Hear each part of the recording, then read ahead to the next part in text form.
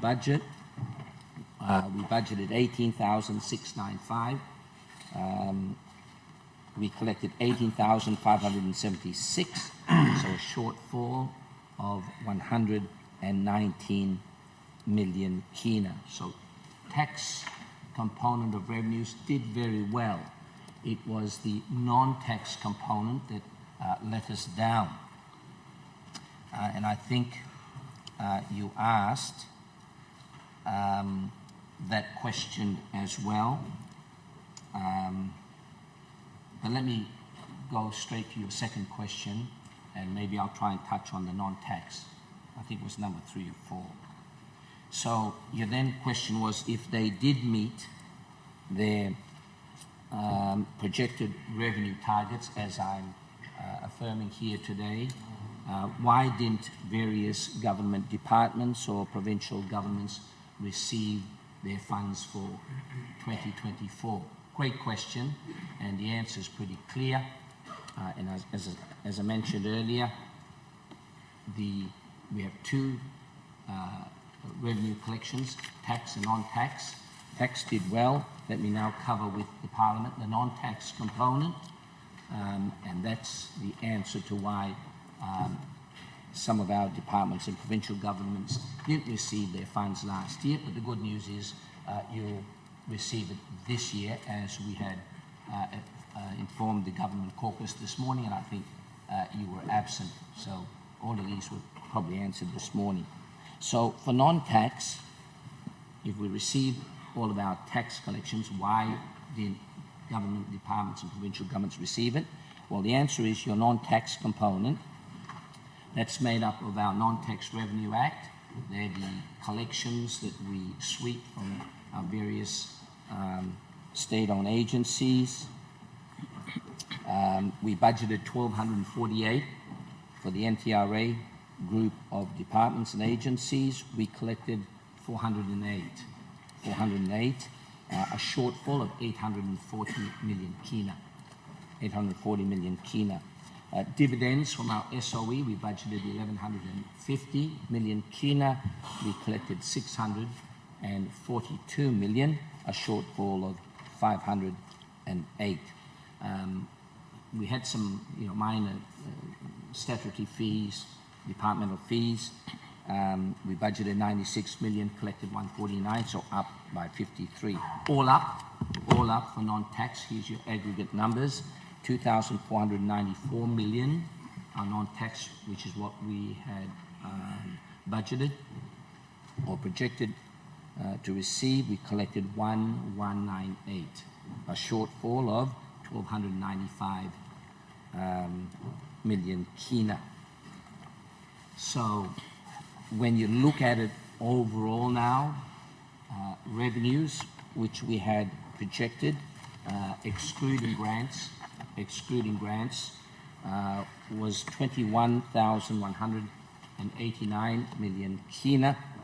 We collected 19,774, and therefore, with last year's budget, our revenues were down 1,414 million kina. So that was the main reasons why we were slow to meet some of the commitments for our various government departments and provincial governments. But the good news is, as we closed our accounts for this year, which was very, very challenging, we were able to close those accounts. We were able to close those accounts in a way that was in line with our 13-year, plan, and most importantly, we were able to close those accounts without exceeding our deficit target, which if we did, we would have sacrificed a total of 2,700 million kina in our financing plan for this year. So that's the answer to your second question.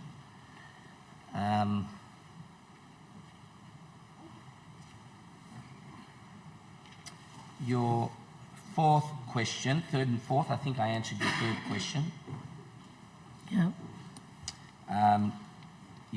I believe I answered your third question. Your fourth one's, if there were any shortfalls in revenue, are there any plans to pay those departments, provincial governments and PIPs and all those commitments for this year?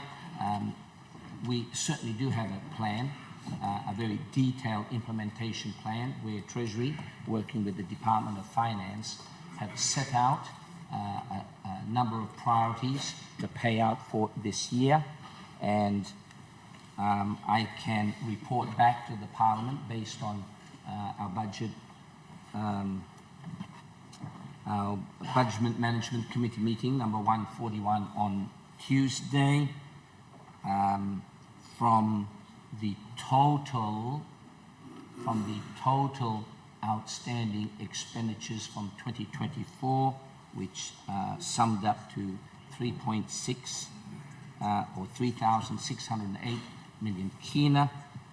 To date, of those outstanding from last year, we've paid out 1,825 million kina.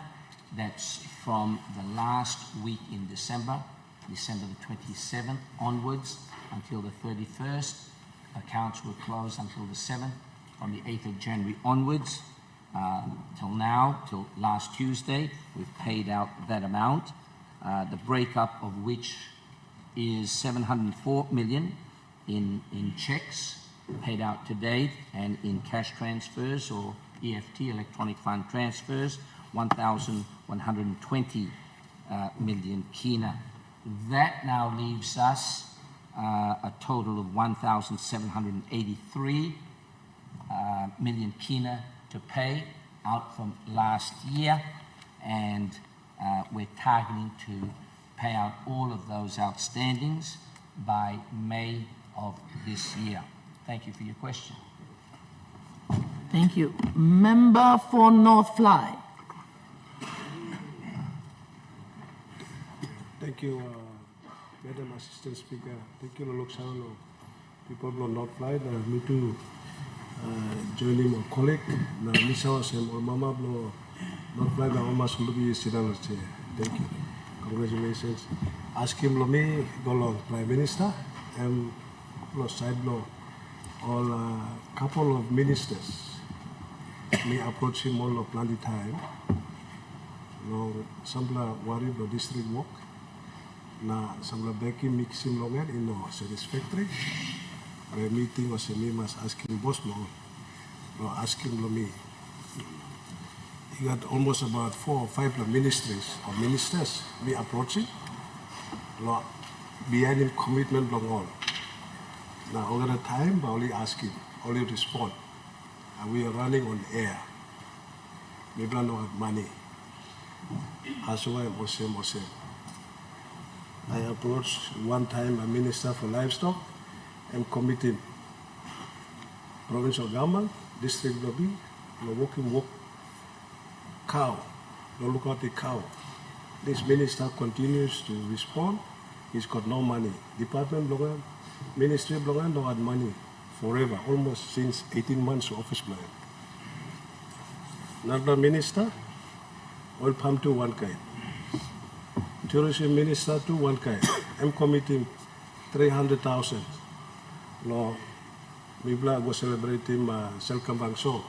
Me follow up for almost about how many months. This minister texts to me, he says, I'm running on air. There's no money. Another minister, he commits and approves on the eve of the election. District Blomi went to Middle Fly District. I'm approving 5 million kina rice project. I'm in the test.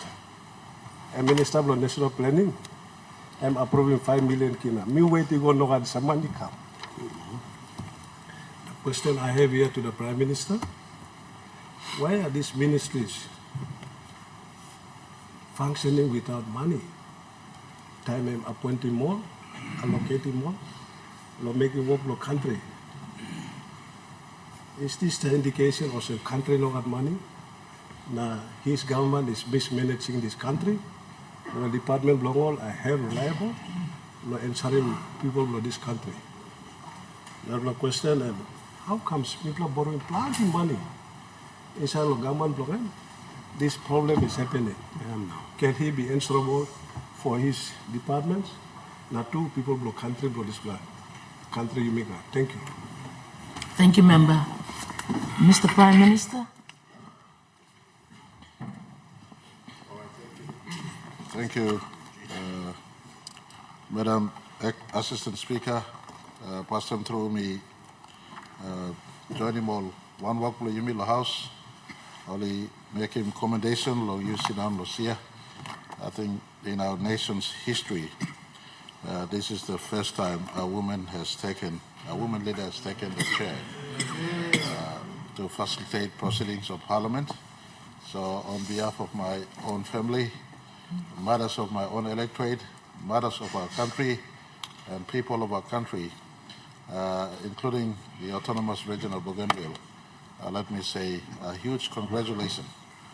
You come to the chair with a wealth of experience in your own right. You were previously Speaker of the Bougainville Parliament, and so it is not new to you. You fit in very well, and I want to commend you for your continued leadership and service to our country in various capacity, and in this morning having to sit on this chair. I want to appreciate the question that has been asked by member for Northfly. I want to put it to the country through this question that government, whilst we have budgeted for, sometimes funding is delayed, sometimes funding is remitted lesser than what was forecasted in budget. The Treasurer will relay to us for the final budget outcome later in this year, a transparent report. And our government's transaction is evident in the final budget outcomes that Treasury does deliver every year. The final budget outcome, Madam Speaker, you look, and me talk outside, you may spending money the previous year. And I want to dispel the assertion that we are not credible, we are not trustworthy in respect to us honoring our commitments to departments, to districts, and to provinces. Our work program, and especially for our government now, after we closed the Medium-Term Development Plan 3, and now starting to operate the Medium-Term Development 4, is sequenced not only in 1 year, but in multiple years that program must run. And so we're not focused on just the next election, Madam Assistant Speaker. Our conversation, our focus must be in multiple years for a program to mature into sustaining dividend or yield for our economy. For instance, the livestock sector, or oil palm sector, or the coffee sector that we've now detached from the overall umbrella of our agriculture ministry into separate ministries on their own. These are targeted creations to reduce the dependency on import, for instance, in food crop, and also target for export earnings. Oil palm, a big export earner for our country, has emerged as the #1 export earner in the agricultural sector, and oil palm within our region. By the way, we become the 4th member of the oil palm producing nation with Indonesia, with Malaysia very recently. So it's a targeted approach to grow this sector. Government funding alone is small in respect to these sectors getting to be worked upon. We allocate funding to facilitate the office and to assist partners to have investment in this sector. Our key partner is districts where land and people are that can participate in this sector. Every district, for instance, has a 10% allocation from their service improvement fund for economic sector. Economic sector.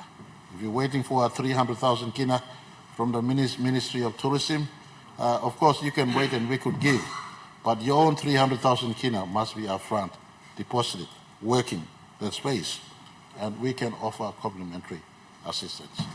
Everyone runs to Treasury with the assumption that Treasury has an endless pool of fund. Madam Assistant Speaker, last year, Treasury was transparent by alluding to a question raised by a member for Kandep that we did not collect 1.4 billion kina because of underperformance, especially in the non-tax revenue sector and our state dividends to state from our key state-owned enterprises. So if we are underperforming in 1.4 billion kina, you expect equivalent reduction in expenditure so that we stick to the main focus of government, and that is to maintain a responsible number in as far as the macroeconomic number is concerned. And so sometimes the sectors get delayed funding or lesser funding. Now, it is an unfair assessment to Treasury and central government if we had not given fully or at least given some money to those sectors. All sectors have been allocated some fund. I'll give you one statistic just to, in the interest of time, to indicate. For instance, the livestock development sector. We may not have given fully what was budgeted last year, but we have given something.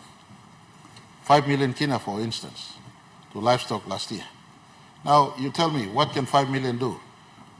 Madam, I beg your pardon, Madam Assistant Speaker, 5 million kina is not sufficient.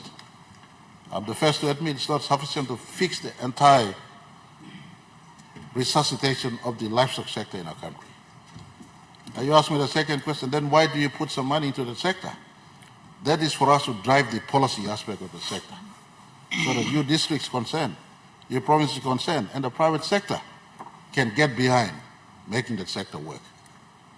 To fully resuscitate, including livestock did not fly, the need for capital is humongous, huge. You need over 1 billion kina, 2 billion kina to make the livestock sector work. Please assist me listening. Member Northfly, what's your point of order? My point of order is in relation to the 5 million. The 5 million appropriation the Prime Minister refers. According to the Minister, he says the 5 million went to hire cars, just to be on record. Thank you. Prime Minister.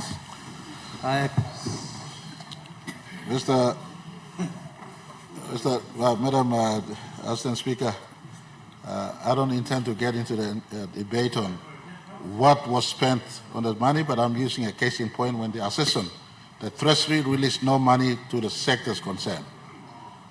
Speaking a debate with his colleague member for Western Provincial Assembly, I can understand this.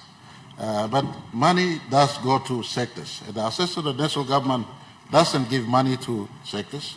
National government is running broke, is far from the truth. We give money according to what we collect. Budgets are forecasted. What we collect, to the best ability, we disperse. And all districts have received money, for instance, including the opposition. Never once has he uttered thankfulness to the money that this government has continued giving him. Never once. And it's time for budget. Time for budget. He never sits to support passing budget, but time to ask him, and they walk out of the budget. Northfly, what's your point of order again? Assistant Speaker, can you ask the Prime Minister to withdraw that I don't sit here to support the budget? That's wrong. I've been sitting constantly on every budget session to approve and support. Thank you. Mr. Prime Minister? All right, I'll revisit my notes on the handset on those who attended, but if you did sit in last year's budget, I want to sincerely appreciate. We've rendered to his district a full 10 million DSIP for last year. And I want to appreciate Treasurer for working hard, Finance Minister, Planning Minister, and under my instruction, opposition or government should not be victimized. All must receive. All must receive what is their district's fund because it belongs to our people. And so last year's fund have gone to all districts alike, including my favorite, one of my favorite districts, Yalubu Pange. All have received. All have received. And so we ask all members of parliament, and the question has a very important element to it. He asked on livestock. He asked on oil palm. These are key focus areas. All members are encouraged. Using your DSIP, identify land that is available, work that space. National government doesn't have all the full fund to make those sectors work, but together with all members of parliament and all governors, based on a clear plan, we could attract private sector to come and invest in these key sectors with the Kina for Kina or a support. And I speak on Kina for Kina. If all members target national government focus areas, then you stand ready to support Kina for Kina. Kina for Kina is held to assist districts who are working, or provinces who are working consistent with MDDP 4, especially our core national government focus areas in investing in the economic sector.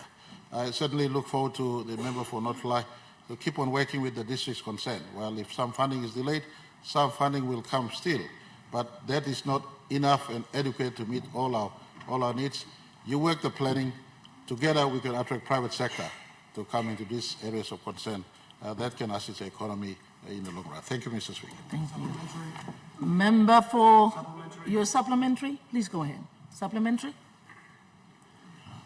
Madam Assistant Speaker, I join leaders of this Honourable House to congratulate you on taking up the chair. It's a progressive move for women in the country. My supplementary, Assistant Speaker, is to the good Prime Minister. The honourable question by the honourable member for North Fly was how were the departments funded? Last year, notwithstanding revenue shortfalls with respect to non-tax revenue performance, this government, the Marape government, borrowed 3.983, almost 4 billion kina in borrowings. That took the total borrowing of the Marape government to 37 billion kina since 2019, increasing our national debt to 62 billion kina. These are massive, whopping amounts of debt and borrowing. So what happened to this 4 billion kina that was borrowed, and why weren't these commitments by ministers honoured for the member for North Fly and his district? Thank you, Acting Speaker. Mr. Prime Minister. Madam Assistant Speaker, a very good question, supplementary question rather, from the learned Deputy Opposition Leader. If we all understand budgeting, the 3.9 billion as he said it, is part of the overall financing framework for 2024. This government is very disciplined. Our focus in fiscal consolidation remains. Fiscal consolidation, me like make him talk pisin because all man very long stop upset to all need lo harem display. There's plenty of time you may make him talk English, some of the time fancy too much. All man very lo place only no kiss him talk pisin good. Fiscal consolidation, I mean him also last 5 years, maybe lo focus lo bring him back budget limit come back long surplus or balanced budget by 2027. And so time people like Kisim government, people like go first in focus at first, and our key focus was restructure of our economy and the fiscal position people are inheriting. In 2018 or 2019 rather, as we took office, our finances were very, very weak. When you look at the actual numbers may give you a 62 billion kina figure in terms of debt. But percentage is the key. Percentage to economy. Percentage to the size of the economy. The debt that we took, the actual kina may sound big. 3 billion kina, 2 billion kina, 4 billion kina. But when you stack it up against the size of the economy, we are still reducing back. Debt to GDP globally is above 80%. Most economies have a debt to GDP above 80%. Our country's debt to GDP has now fallen below 50% for the first time in the last 6 years, if I could put it this way. Now, why 6 years? I'm not comparing the O'Neill government's time in office. That belongs to that era. When he took office in 2019, the finances were even bad. We had to restructure the economy. And to restructure the economy takes some time. You have to borrow cheaply to pay off expensive, heavy debts of the past. That was something we had to do also. And so once we were restructuring the economy, the once in 100 years COVID-19 hit us. Globally speaking, Madam Deputy Speaker, Assistant Speaker, you look, all economies, all countries went on borrowing. You look in our region, average debt to GDP above 80% still. You will ask me, I'm replying this in a long way, Madam Assistant Speaker. I come back to a question block in. Let me ask him, how comes you borrowing 3.9 billion kina last year now? Money belong last year stuff where? Now 3.9 billion kina borrowed last year came within last year's money plan, all within all within the deficit, rather the deficit envelope we had in last year's budget. Treasurer, what is last year's deficit?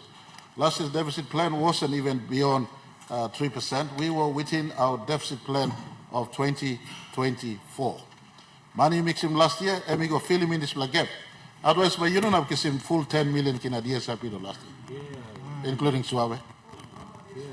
No, it's a case in point, reference point to government being equal and distributing equal right across. If we plan on raising this plan, a major part of our money plan would be slashed back. That was raised almost 100% as treasury focused. And so, me like giving assurance to people of the country. Last year's borrowing was not reckless. It was within our last year's money plan. Stick to this government to see whether by 2027 we come back to a surplus or not. The last time this country saw a surplus budget was when I was education minister. When I was education minister, that's 2010. The last time this country saw a surplus budget. The Honorable Puka Temu was Deputy Prime Minister, and he was in government. It was surplus at the time. Since then, we've been running deficit budget up till today. To turn a big economy back to clear water will take some reconstructing the economy. We borrow cheaply to refinance expensive debt. We're maintaining a fiscal consolidation path to come back to responsible, balanced budget by 27. Treasurer's got a clear roadmap that by 2034, whoever is in government will be operating a country that has no debt inside. And me like giving big belly silo line man Merilo place. This government's given more assistance to the economy. Who had removed tax from the small people, those who were earning under 20,000 kina a year? No one has done this since 1975. Logat man rasum takis logat a lik man meri limit. The last time you mean making you mean not take O'Neill government abim come lot 12,500. Maybe abim go along 20,000 today. Small people don't pay tax anymore. In the middle of tough times, we got to get this revenue someplace to make sure we maintain budget support until we hit back a balanced budget in 2027. So we like give assurance local man Mary. This la money opposition leader or deputy opposition leader I'm talking. I think you should be opposition leader now meeting us. I'm talking yeah. I mean no nubla money. I'm stop last year budget. This year budget, this year I'm down in dinner come down. Next year I'm down in dinner go down more until 27, but you may come back, the budget will not get dinner in our money plan. So it is within our 5-year fiscal path that Treasury has established. We didn't borrow any new money. The delayed response for 2024 money plan. Apart from that 1.4 billion kina where you mean raising through non-tax revenue, may like also talk also January 10th, where Rascoli hit him Port Moresby City. Now disaster he came up long rain, tight water long, plenty have long country last year, as well as landslip long Mulitaka, and also had almost 1 billion kina take to the budget last year. So these are ways where we are affecting budget. Please appreciating what we are doing. I'm sure when you're here, you would not do something much different from what we are doing. You'll be doing exactly the same, if not worse. Thank you, Mr. Speaker. Thank you, Mr. Prime Minister. We have a supplementary. Member, go ahead. There's a supplementary here. There is a supplementary. Point of order. Go ahead. I'll congratulate you later when you give me the opportunity, but with due respect, the Speaker is supposed to be impartial. Go around, not just the opposition. Not the opposition. Thank you. We have a supplementary. We have a supplementary over here. Not yet. Yeah. I'm being fair. Honorable House, I'm being fair. I'm not going one way. I'm going both ways. You know? Right. Supplementary, please. Thank you. Thank you. I'm the fairest. Go ahead. By me bla fighting clip but me bla parliament. So supplementary bla me ikam government side generally speaking. Every time we talk about cost of operations for government himself take the easy approach of going and borrowing and meanwhile that stockpile bla me gone up yet, which is a matter of legitimate concern. But in all that period of debate, sari monpla man, talk law, cutting cost of operations for government, it come down. So that you may live within our means and we don't have to go out and borrow. So Amaspla budget speech miarim, plan law ministers miarim, no got man talk law, cutting cost for operation. Suppose you run your private business, by you looking for cost cutting pastime. We've never done that. So I think, Prime Minister, while you're answering all these other questions, you might also enlighten us. Wouldn't it be wise to also look at cost cutting as a means of saving ourselves on these skyrocketing debt burdens that we are creating by, which to me sounds to be the easy way out. But it takes somebody with guts to be able to stand up and say, look, let's cut the cost to the overall operation of the government so we don't have to go out and borrow and keep building up our debt stockpile. Thank you. So I think it's probably part of this series of discussions, Prime Minister, give me Sambla Tintin blame. Emiga Tintin cutting cost of operations. Should we go down that pathway or should we just ignore it? Member Senator Yangamul, let me ask him Prime Minister or beg him Yeah, now? thank Asking you. for you. Thank you. Mr. Prime Minister.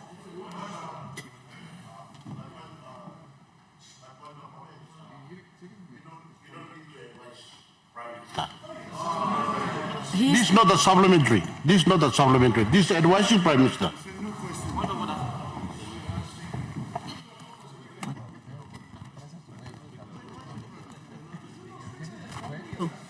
Let me remind this House, I'm chairing this session. I decide who goes. So me asking Prime Minister, long please beg him supplementary come long sina Yangumu. Mr. Prime Minister, please. Mr. Prime Minister? Madam Assistant Speaker, thank you, Law. Ask him or kiss him supplementary, Law. Colleague, Law Yumi Long, outside member, Law Sine. Me like moving on the motion past time long, give me extending question time by 20 minutes, so that some leaders will side could. Bearing that yesterday and the other day we were busy paying respect to Sir Julius or late Sir Julius. If I could move that we extend question time by 20 minutes. Yes, we extend.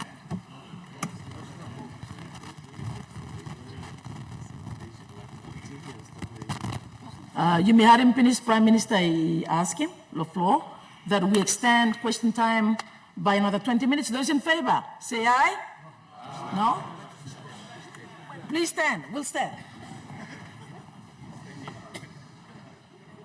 I like that smile. Absolute majority, members of parliament. Let's extend question time by another 20 minutes. Thank you.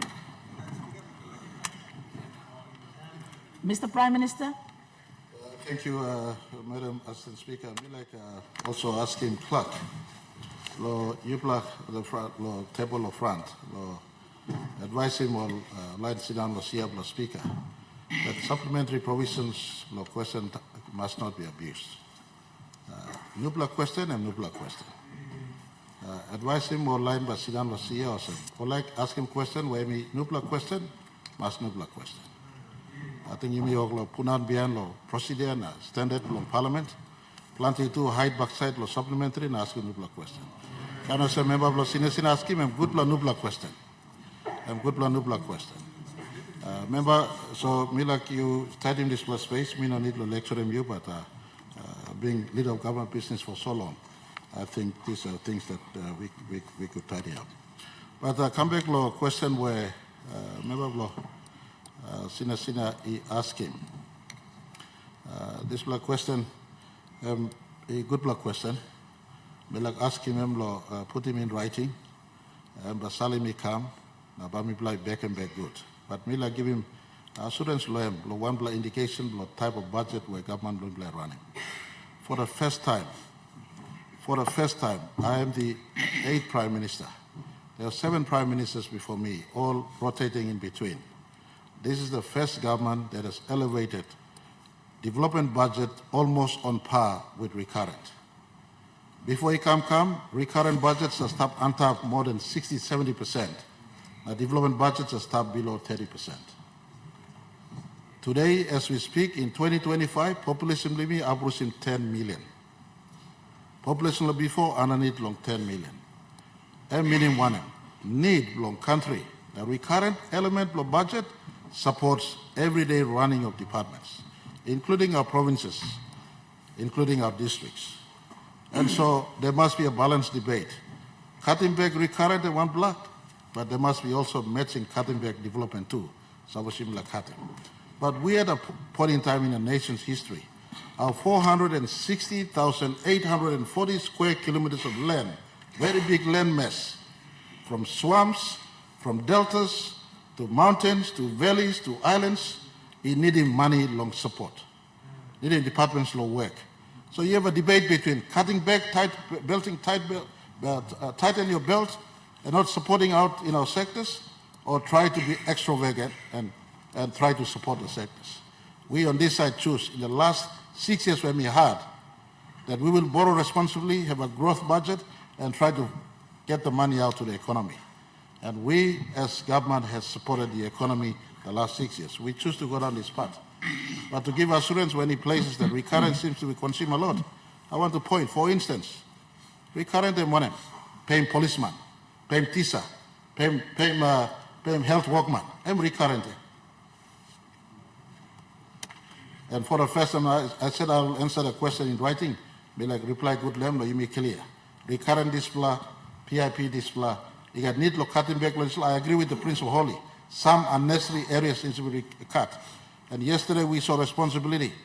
Instead of creating NUPLA department, a lot of department petroleum staff, we made redundant petroleum department, subsume all into one structure now. Instead of before, you create an MRA, now you let a mining department staff. We're moving that step. Very soon, we're folding mining department. This is what you meant. I appreciate the gist of the question, but I want to impress to all of us. In the long run, for the first time, we've now elevated almost PIP budget on par with recurrent. Before, used to be recurrent at 70%, PIP at 30%. We've now brought them almost on par. But the idea that we must cut unnecessary waste is a good idea, Mr. Member for Senior. Through you, Madam Assistant Speaker, I will get back a formal written statement, if not an answer to the question, a statement to the Parliament on the status quo at present. Thank you, Madam Assistant Speaker. Thank you.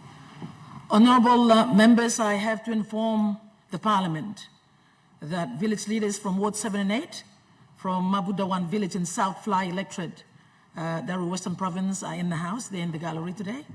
Also, a youth group from the Seventh-day Adventist Church at Erima. They're also present here today. So on behalf of the National Parliament of Papua New Guinea, me extend a big welcome. Thank you, Tomas. I will now ask member for Karamui Nomane.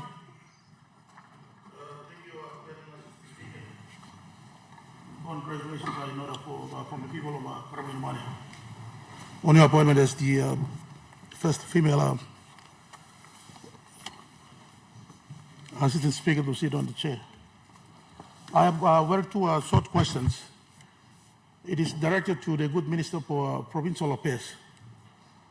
And I would also ask the Minister for Administrative Services to take note.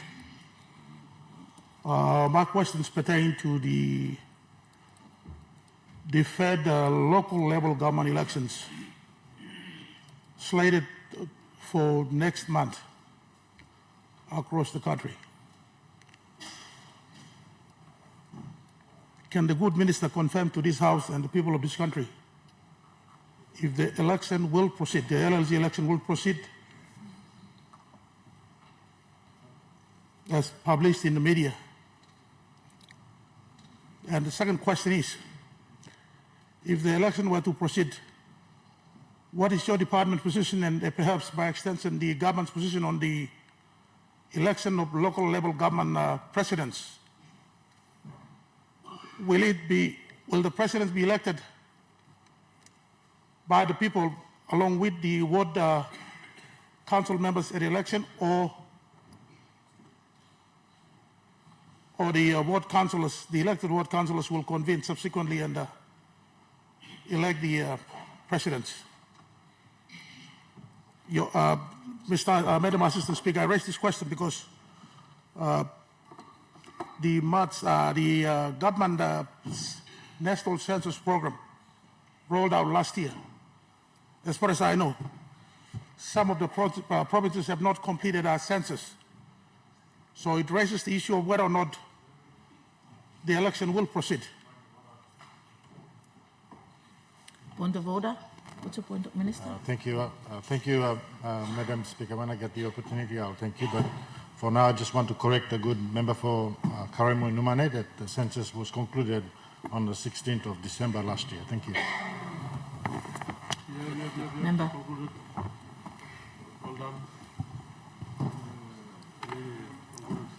Madam Assistant Speaker, I thank the Minister for Provincial Affairs. So I beg your pardon, the Administrative Services for that information.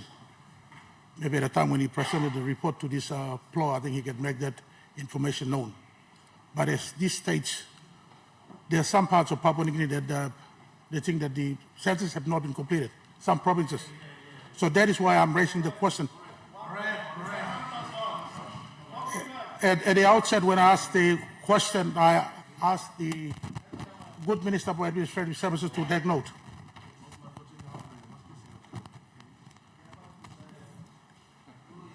Member, you ask him Loyupinis? Yes, Madam Assistant Speaker, these are my two questions directed to the good Minister for Provincial Affairs and for the good Minister for Administrative Services to also take note. Thank you. Thank you. Minister for Provincial Affairs?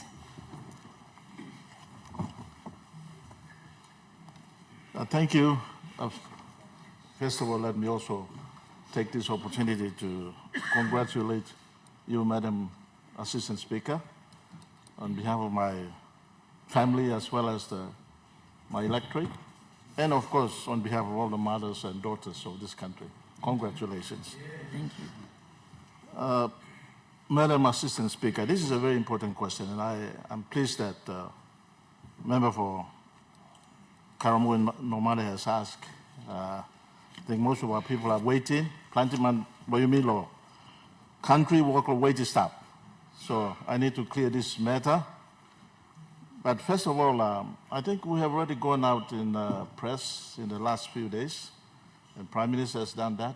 And I will also be doing that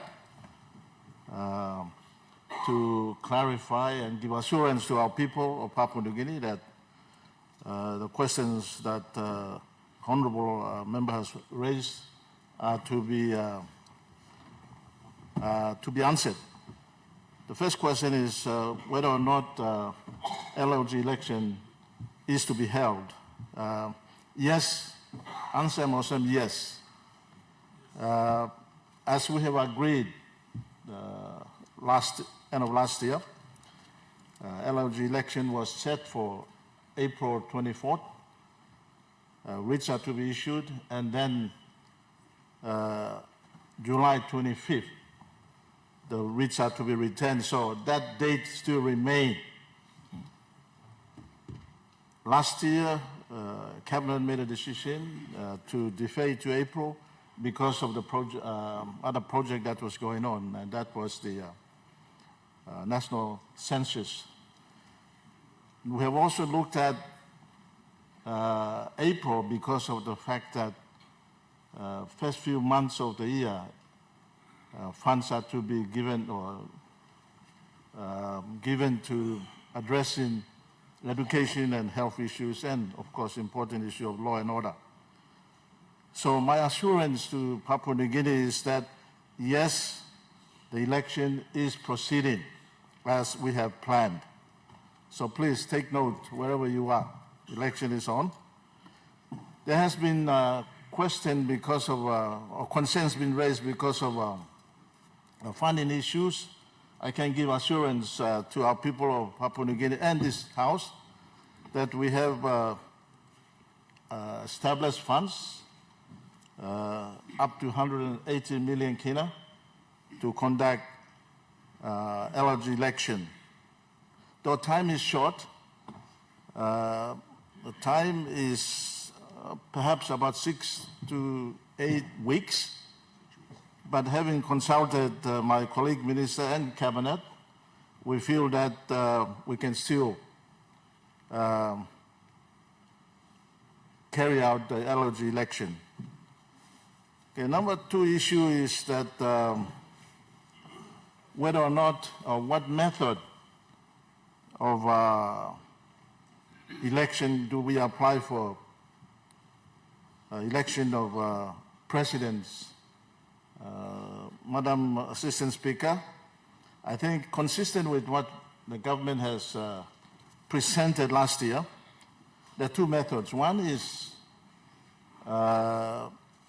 presidents to be elected by people, and second method is presidents to be elected by ward members. And consistent with that, decisions were made in the last end of last year, and that is those 2 methods. The provinces in the highlands, including Morobe province, have opted to elect the president by the present practices, which is ward members who elect their own presidents. Whereas rest of Papua New Guinea, particularly coastal provinces, will elect the president by the people. So I want to make it quite clear. Presidents to be elected by ward members will be basically in the highlands provinces, plus Morobe province. Presidents to be elected by the people will be mainly all the coastal provinces, so that we can elect good people. Today I'll be making amendments to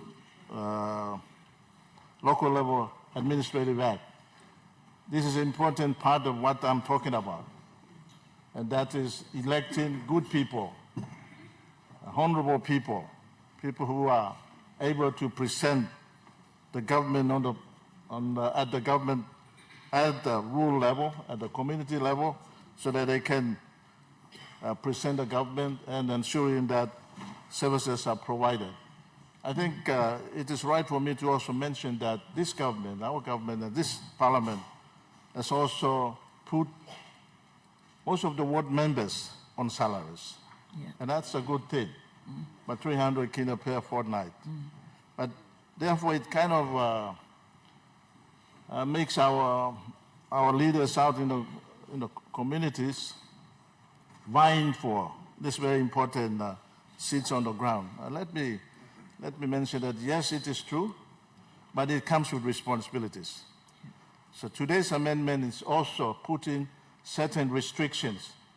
If you're elected and you leave your village community and you come to Mosby or you go to Ley or Medan, in a given time, perhaps 1 month, if you're not performing in your village community, Minister for Provincial Affairs have the power to terminate you and call for a new election. There are restrictions as well. So, Madam Speaker, Assistant Speaker, I hope I have answered the question. Thank you. Member for, Governor for Morobe.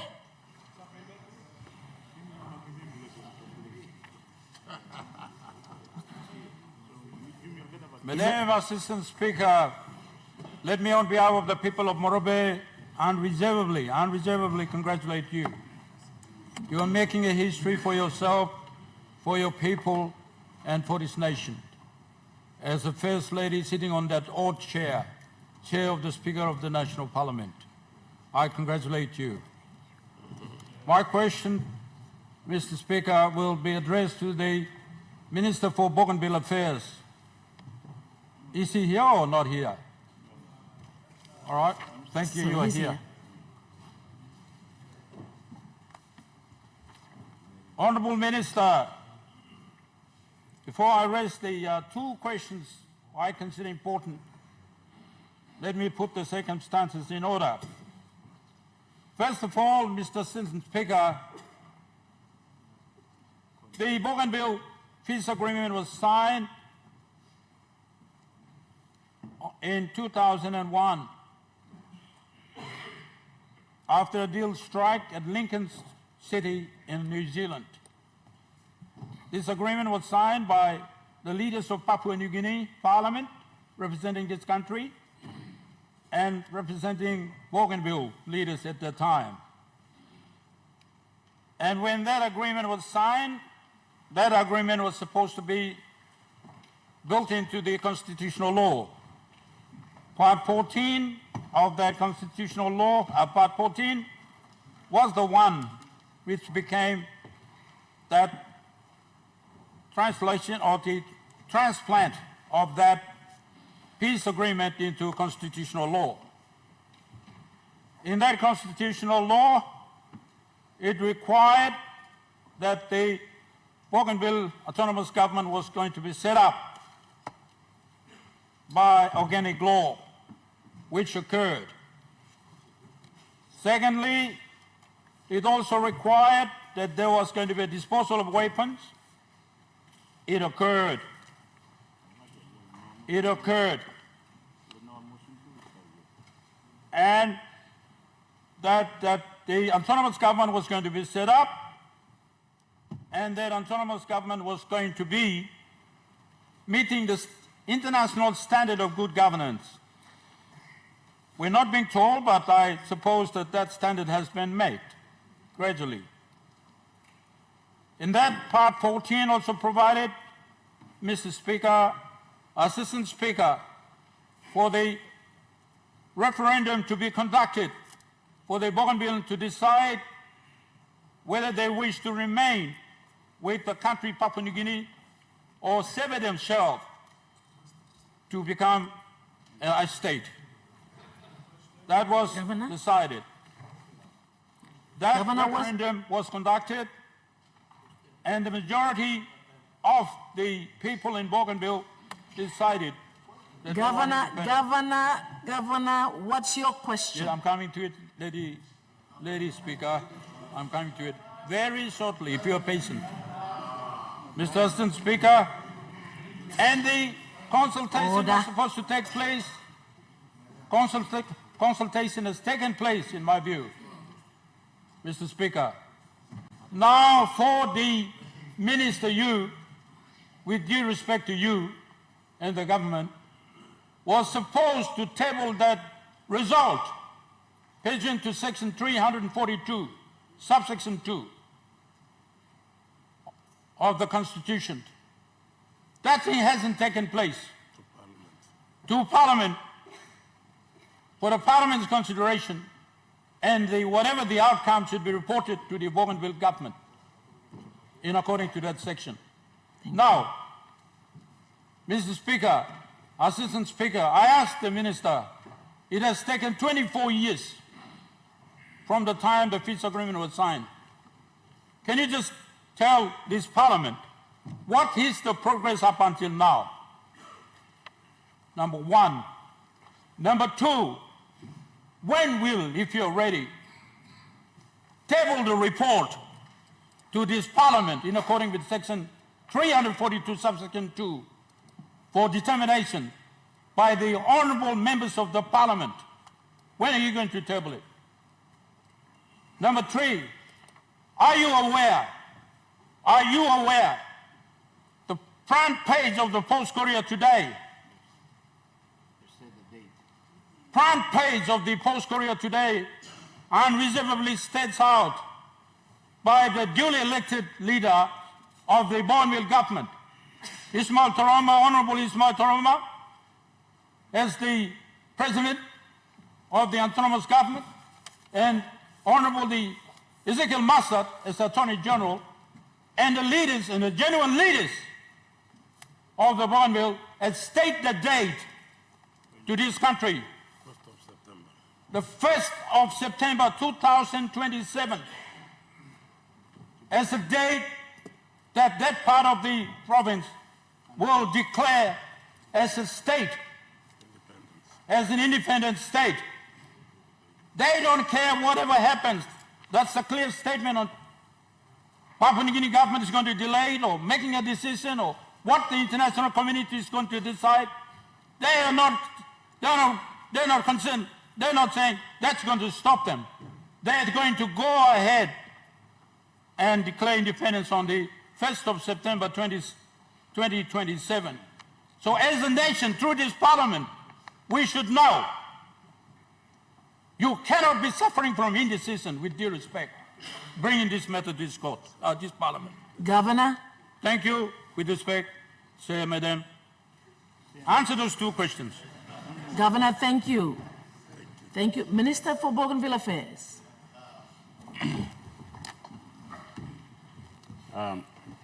Thank you, Madam Assistant Speaker. Firstly, I'd like to take this opportunity to congratulate you on behalf of my people and my women folk in my district for you occupying that prestigious chair.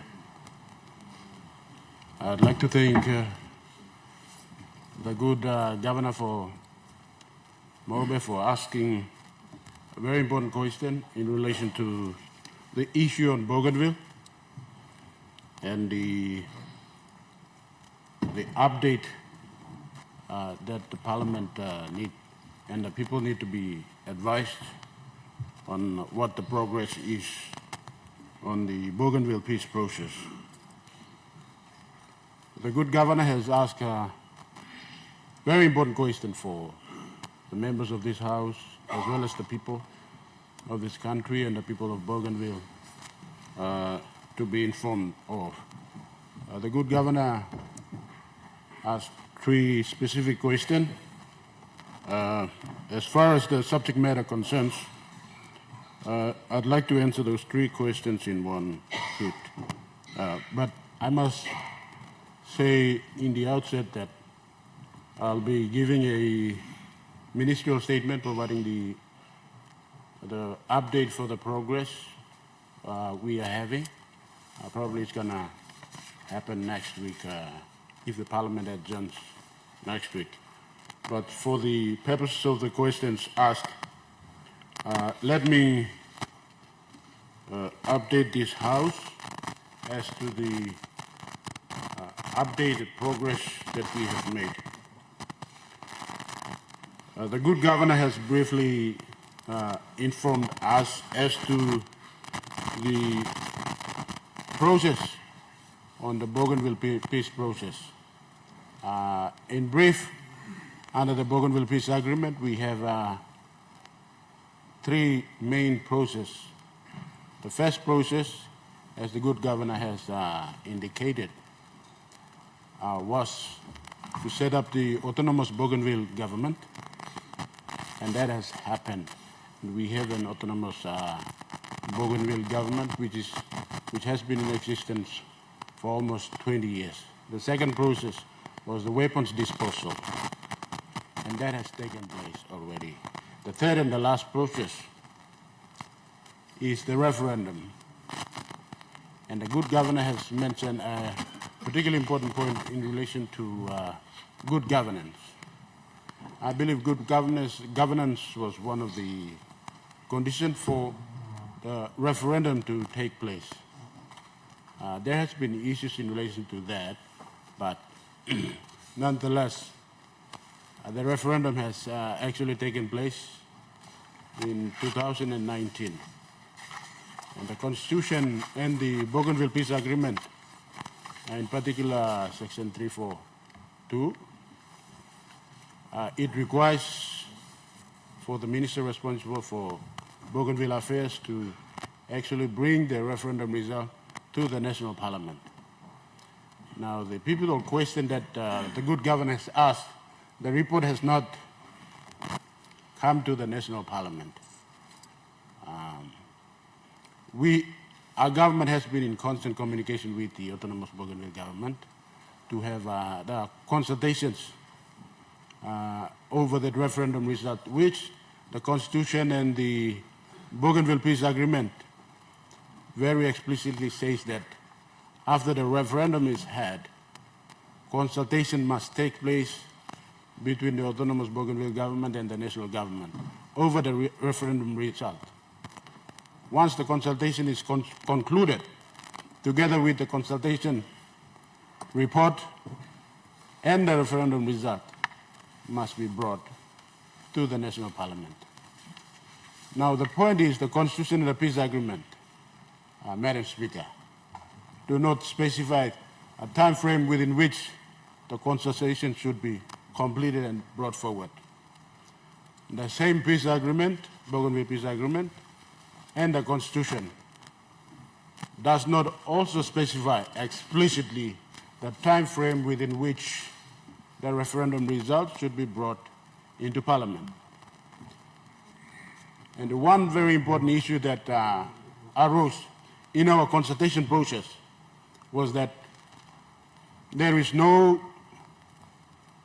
specific procedure in the Constitution, in particular part 14, which implements the Bougainville Peace Agreement, and also in the Bougainville Peace Agreement, the process or procedure by which this national parliament should approach or follow in deliberating and deciding on the Bougainville referendum result to make a final decision as to the future political settlement for Bougainville. Now, the ABG and the national government, we have had a number of joint supervisory body meetings in our consultations to try to come up with a procedure to advise the national parliament to adopt before the referendum result is actually tabled here for parliament and the members of the Honorable House to debate over it and make a final decision. Now that procedure was to be introduced by way of a sessional order, and both parties have basically agreed to almost the form as well as the content, but one particular issue that stood out that we are at the moment grappling with is the required majority the parliament should have to actually decide on the substantive Bougainville referendum result. Madam Speaker, the national government's position was that the parliament should decide on the referendum result by 2/3 absolute majority. Now, autonomous Bougainville government's position was that it should take a simple majority vote. That has been the main sticking point. And so in accordance with the Bougainville Peace Agreement and the Constitution, because we had this particular issue, we have invoked a dispute resolution mechanism provided in the Bougainville Peace Agreement and the Constitution. We have invoked, I think, Section 334 of the National Constitution, which provides about the implementation of the Bougainville Peace Agreement, and in particular, Clause 265 of the Bougainville Peace Agreement, basically invoking the dispute resolution mechanism provided in the Bougainville Peace Agreement to resolve this issue that we have at the moment. And following that, on the, Madam Speaker, on the 8th of May last year, joint supervisory body meeting was held to address that particular issue. And in that JSB meeting,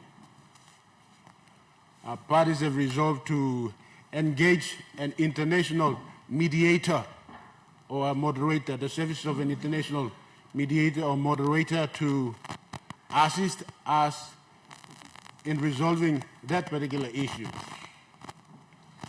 And I must inform the Parliament and the people that on the 10th of September last year, our good Prime Minister and the President of ABG have engaged a world-renowned moderator or mediator from New Zealand.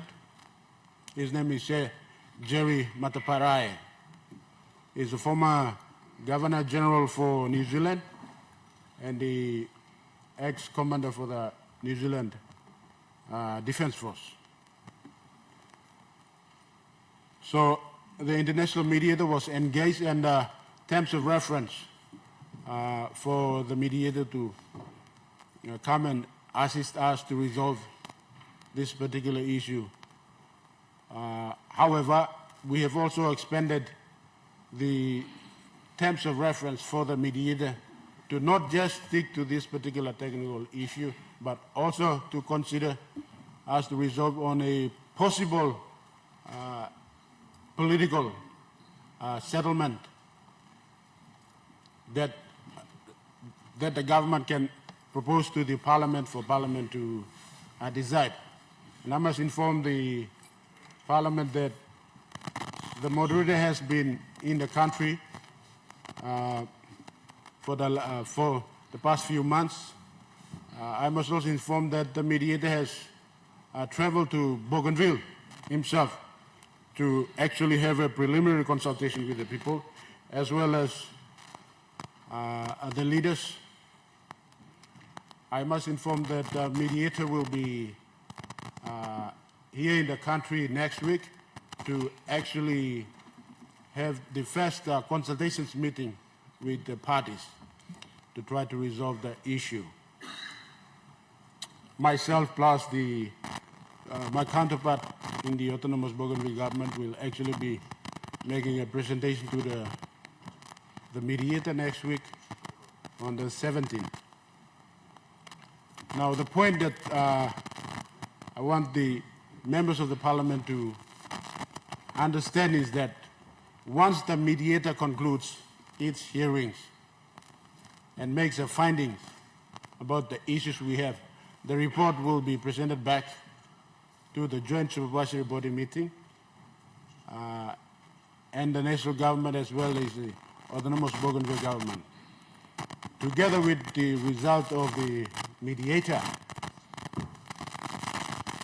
and the consultation result,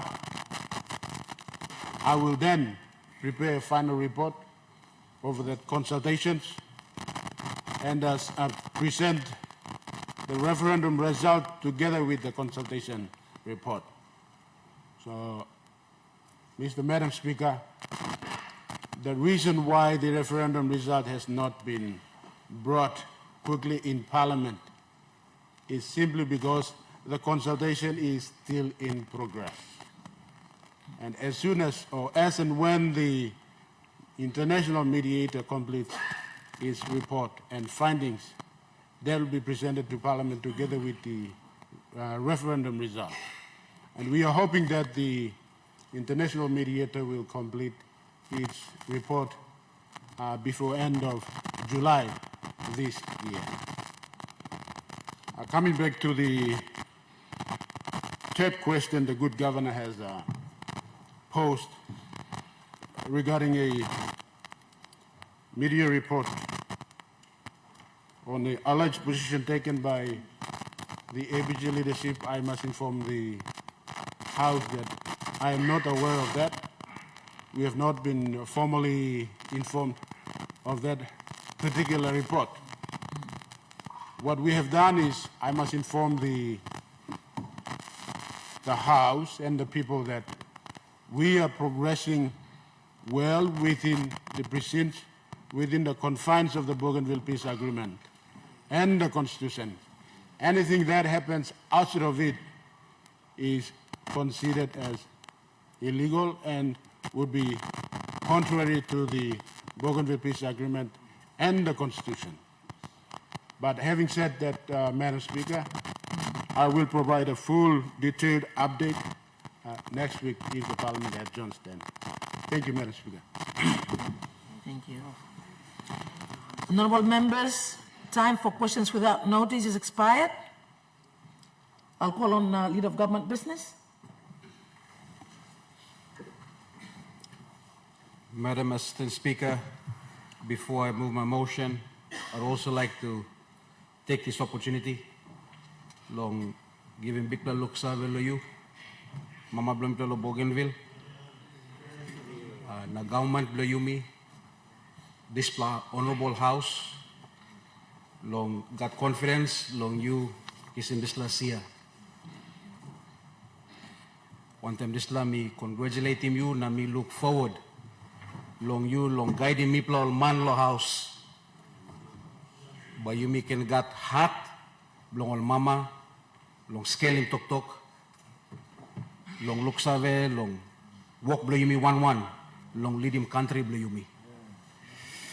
With that, Madam Assistant Speaker, I ask leave of Parliament to move a motion without notice.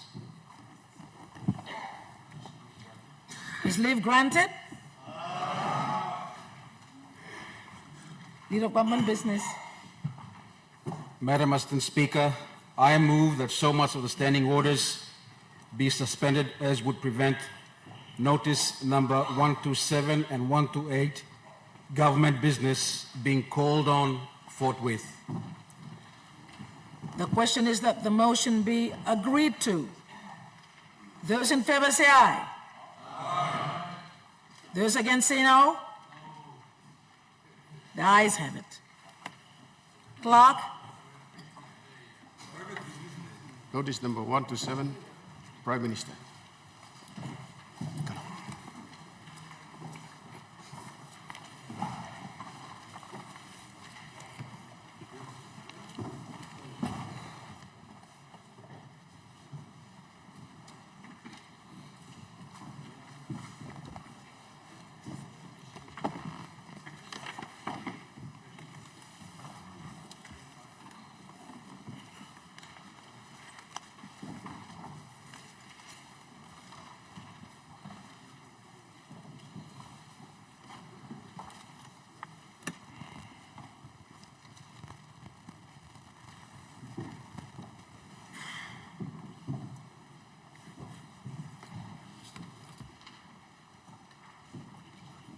Mr. Prime Minister.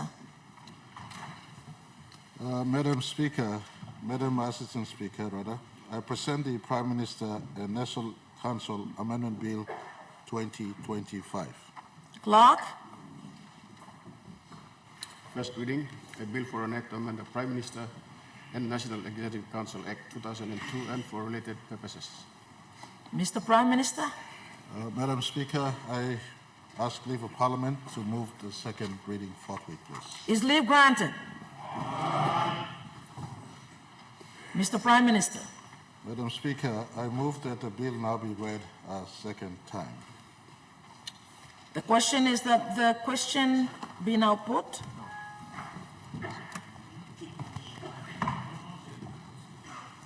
Mr. Prime Minister, make your speech. Thank you, Madam Assistant Speaker. Madam Speaker, let me on the outset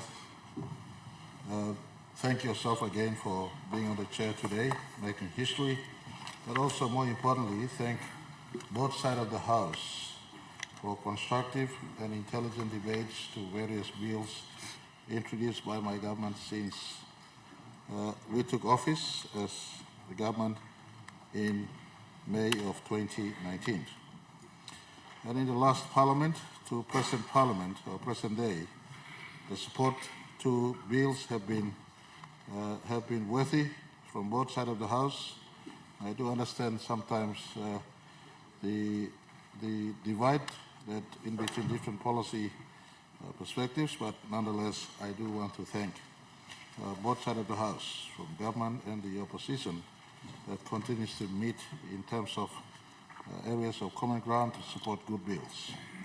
Today I seek the leave of Parliament to present to this Honourable House the National Executive Council Bill 2025. Madam Speaker, as I continually say, my government is not a new government. When I took office as Prime Minister in 2019, together with the then Deputy Prime Minister, Honorable David Stephen, we pledge to restore a robust relationship with our department and agency heads. This was necessary in order to make all of us accountable to the advancement of our agenda to improve services and service delivery to our people by aligning plans to resources. On 28th of June 2019, a list of priorities that aim to articulate our broad priorities and indicators taken from our Luluwata resolutions was issued to all ministers as part of our strategic plan to guide us towards achievement of the same goals. These priorities were categorized under the following sectors: the economic sector, state enterprise sector, social sector, law and order, and administrative services. Madam Speaker, the heads of departments and agencies in these respective sectors were requested to develop practical, manageable, and achievable implementation plans and to progress them accordingly. My department, the Department of Prime Minister and National Executive Council, which was included under the administrative sector, was of no exception. It has been 6 years since these interventions were initiated by my government. Madam Speaker, today I am pleased to inform this Honourable House of the achievement of the ones that directly relate to my role as the head of the government and as the chairman of the National Executive Council. These were: restore effectively whole-of-government coordination, promote best practice for policy implementation, review and update NEC procedures and legislative requirements, and digitalize NEC processes. Madam Speaker, to achieve the above, it was important that a clear demarcation of roles and responsibilities were established between my department, the Department of Prime Minister, and the National Executive Council. At this juncture, may I inform the House that the Department of Prime Minister and National Executive Council structurally has 3 department heads. We have the Secretary of the Department, who is also the Chief Secretary to Government. We have the Secretary to the National Executive Council, and we have the First Legislative Council.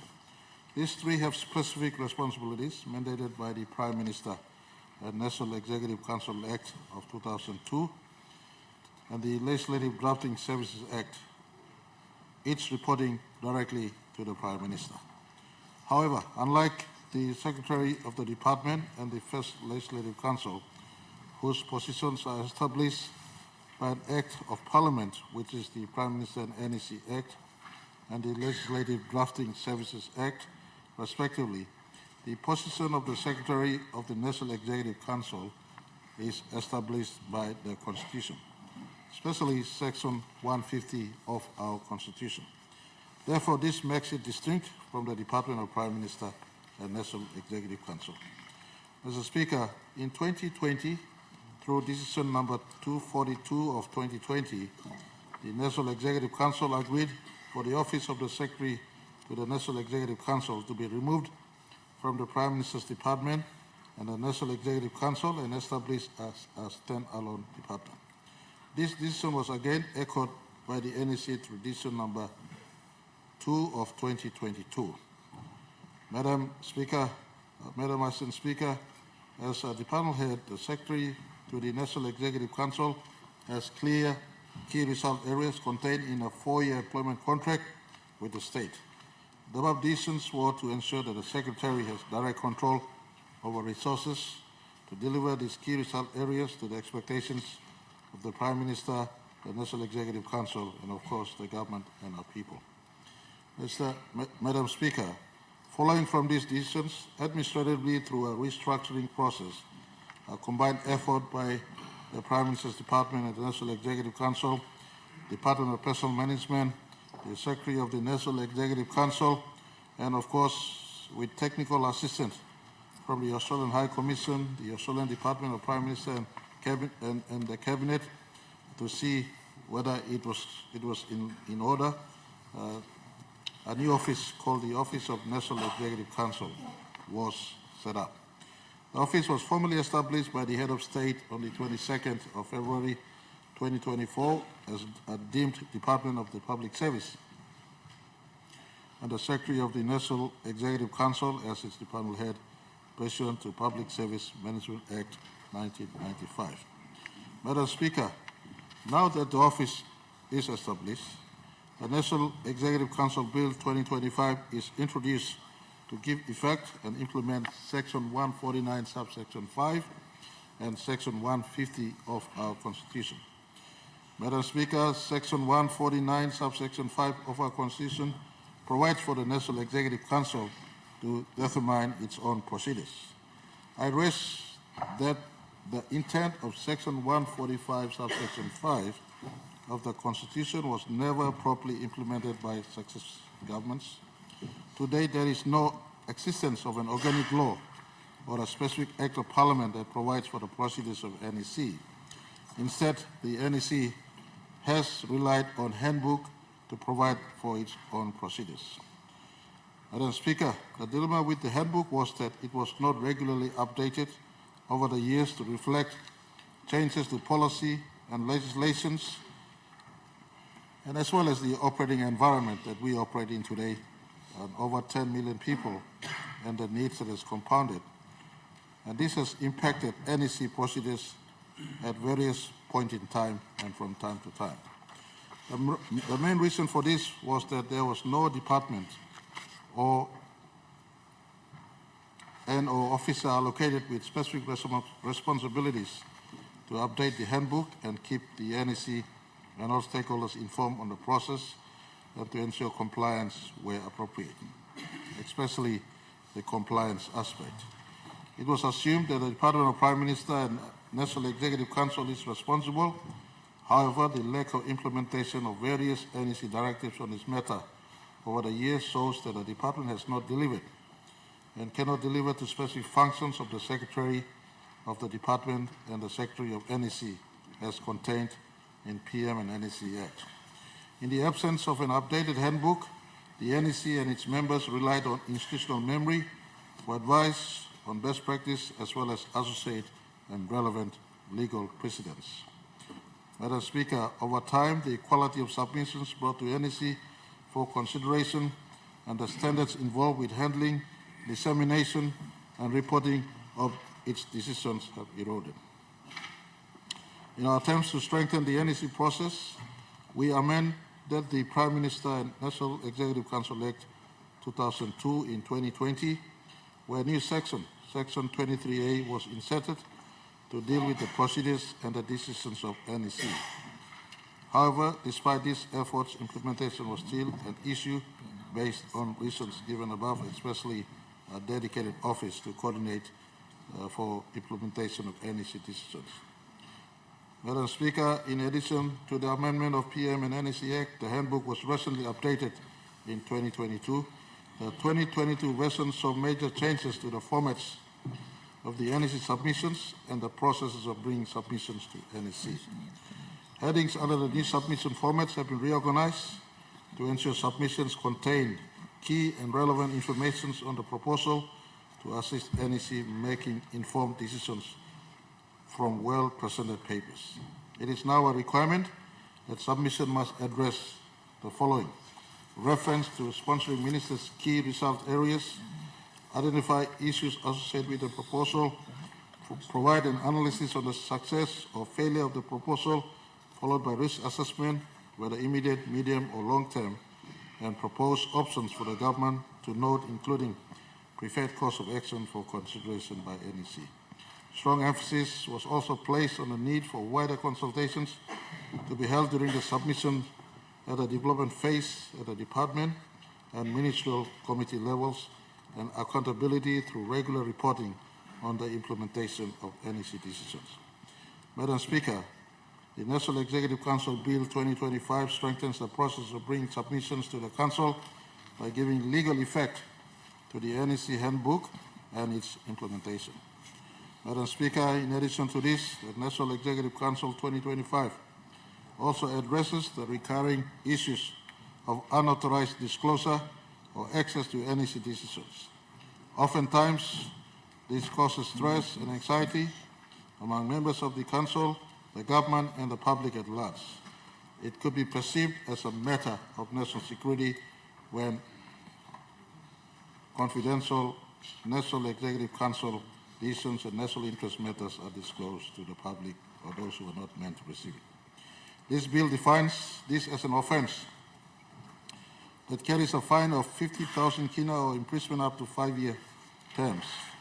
Provisions of this, Madam Speaker, provisions of timely reports to NEC and Parliament is another ongoing issue in the government and the public service.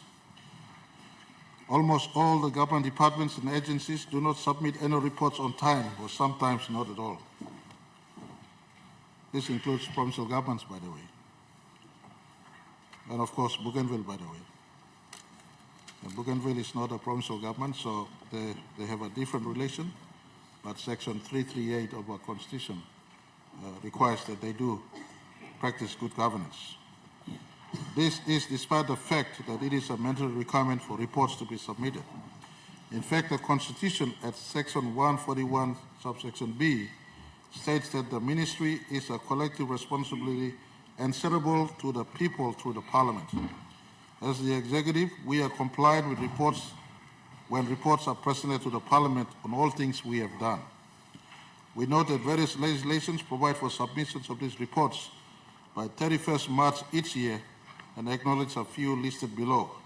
The Prime Minister and NEC Act 2002 in Section 22, the Public Service Management Act 1995 in Section 32, and lastly but not the least, the Public Finance Management Act 1995 in the new Section 47L requires that 31st of March each year all annual reports must come in. In addition to annual reports, the NEC procedure also requires ministries and departments to submit reports on the implementation of NEC decisions that they have implemented to NEC.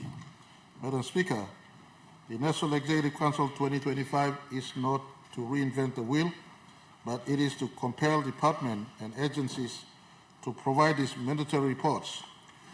2 consecutive years of non-submission reports while in office will constitute grounds for dismissal under the employment contract. I repeat, 2 consecutive years of non-submission of annual performance reports, whether it's Section 22 from PM and NEC or Section 32 from Public Service Management Act report or Section 47L from the Public Finance Management report. 2 consecutive failure to report. And I look at you, Governor Eastern Highlands, including provincial administrators. But they don't submit report, then it is ground for termination of the employment contract. 50 years on, complacency and corruption continues to creep into our system. Simple aspect of reporting must be done by department heads. And the place where reports are found eventually ends up in Parliament for ministers to report. So this law then compels and gives authority to the Secretary of the Department of NEC to be able to collate all who are reporting or not reporting on reports. Madam Speaker, we have oversight over departments and agencies that report to us, and therefore we acknowledge that annual reports are consolidation of reports from respective divisions, branches, and units within the department and agency. In that regard, the Secretary of Department of Personnel Management and the State Solicitor have been directed to ensure that all public service employment contracts, even at the Deputy Secretary level and below, must contain provisions in the responsibility as government officers to submit reports and to safeguard official matters entrusted to them in the course of the work. Penalties for non-compliance will include non-renewal of contracts. Madam Speaker, the NEC is the principal decision-making body and in some cases the highest decision-making body in the country. It deals with matters that oftentimes are confidential and sensitive in nature. Its submissions and decisions and informations must therefore be handled by authorized senior government officers. It is now a requirement of all government departments and agencies reporting directly to a minister to have in place an NEC liaisons officer at the Deputy Secretary level. It is hoped that with the appointment of the liaisons officers, the NEC procedures will become embedded in the public service machinery over time. Madam Speaker, as alluded to earlier, Section 150 of our Constitution enables, or establishes rather, the Office of the Secretary of the National Executive Council and provides for the NEC to determine the function of the Secretary through an Act of Parliament. The Prime Minister and National Executive Council Act 2002 in Section 23 provides for the functions and the powers of the Secretary to the National Executive Council. However, as the Office of the Secretary to the National Executive Council is a creature of the Constitution like the Council itself, it must now operate under its own Act as intended by Section 150, subsection 2 of our Constitution. Madam Speaker, the National Executive Council Bill 2025 implements Section 150 of the Constitution by providing for the functions and powers of the Secretary to the National Executive Council.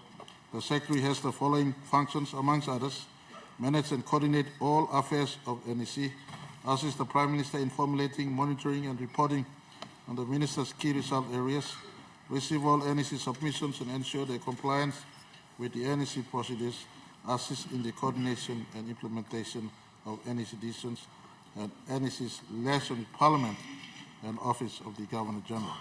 It is important to note that these functions are already performed by the Secretary. The bill merely affirms them and gives recognition to the purpose of the Office of NEC, which is to assist the Secretary in the performance of these functions. In conclusion, Madam Speaker, it is the firm view of the Marape Rosso government that by capturing the NEC procedures together with the functions and powers of the NEC Secretary in an Act of Parliament, this will eventually lead to whole-of-government coordination, best practice policy implementation, and achieving the interventions we made when we took office in 2019. Reform and restructure is what we thought we must do, and 50 years on, seeing the hindsight of our system that carries us, we must construct a government structure that is fit for purpose to carry our country beyond 50 years of nationhood. Madam Speaker, with this, I commend the bill to this Honourable House. The question be put? Oh, you got that.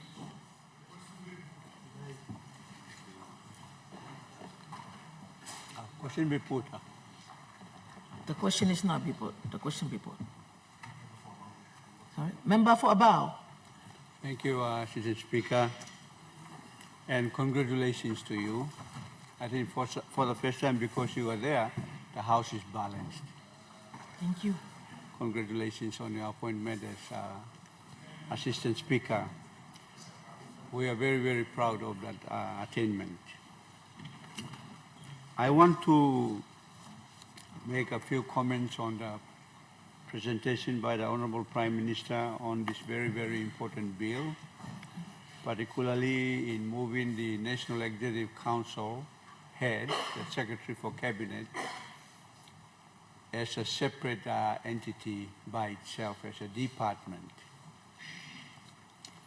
Yesterday, I did allude to the comments, and I've been going through the details of the bill. And Prime Minister, I think you are right. Your government has made the right decision to relook at the procedures of cabinet submissions. Because over the years, we have not complied with the procedures that are very clearly outlined in the handbook. And so I congratulate the government on this important decision. I just want to point out two matters. In my reading of the bill since yesterday, I failed to see the role of the Central Agency Coordination Committee in the process. Because in Section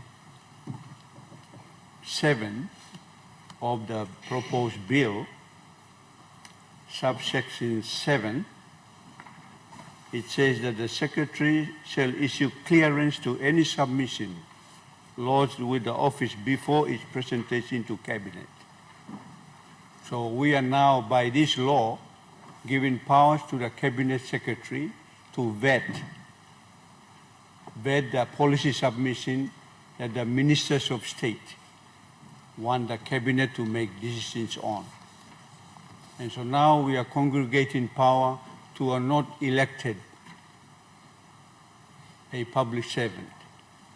And so because in the process, rather than give power to one person, we established a Central Agency Coordination Committee, CACC, where all the central agency heads would sit together and make sure that the cabinet papers are in order, particularly, for example, for those that had implications on funding, that the treasurer must be consulted, whether that submission is coming from other sectors of, in the country. The key agencies must be consulted. That was the job of the Central Agency Coordination Committee.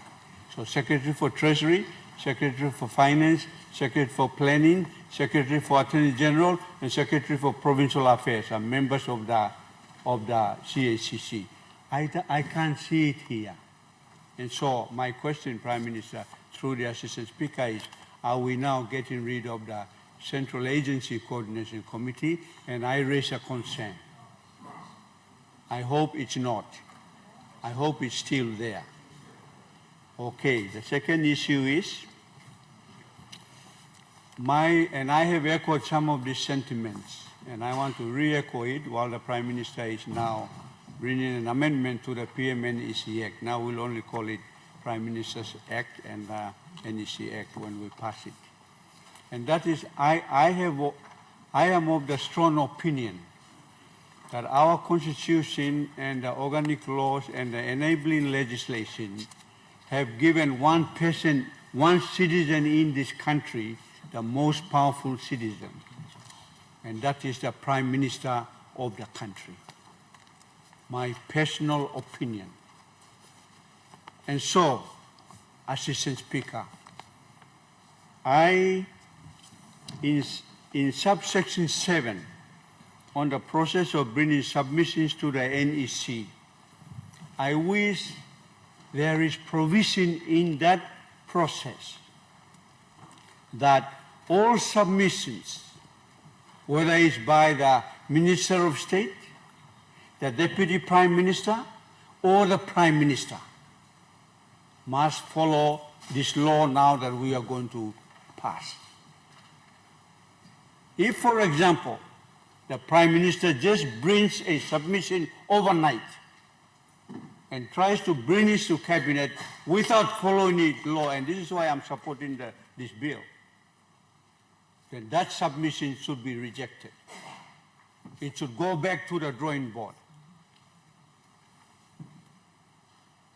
That makes the Ministers of State equally powerful.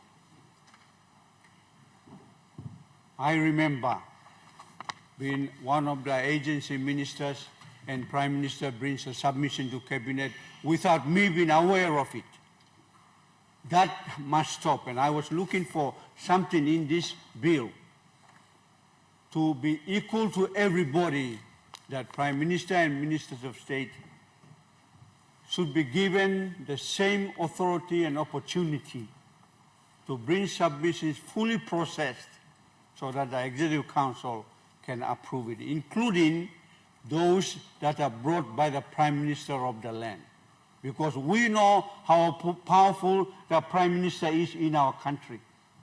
He has the power to do anything. Appoint ministers, sack ministers, bring submissions, chairman of NEC, therefore he got power to, you say yes. Even when we disagree, the hammer goes down, NEC approved. I've seen it in over the years, 7 ministers, and I know those who were ministers with me in those many governments, they agree with me. And so I think there is an opportunity in this 50th year of independence, but we must now look at the power of this one citizen called the Prime Minister. You cannot usurp the power of the Prime Minister's office to undermine a Minister of State. It's immoral, it's unethical, and it's no good. And so this law, I strongly recommend that every NEC paper that comes to Cabinet must have that scrutiny. And now it's by law. It was just procedure, handbook Tasolia, and I'm glad it's now law. I hope that that law can be enforced. And I'm sure, I know that no law is perfect, but I stand to support it, and I stand to see it rolled out and administered, and where there are faults, we can improve it and bring it back to the Honorable House. Thank you, Assistant Thank Speaker. you, Member Abao. Thank you. Question be put? Question is that, question be put? Those in favor say aye. Those against say no. The ayes have it.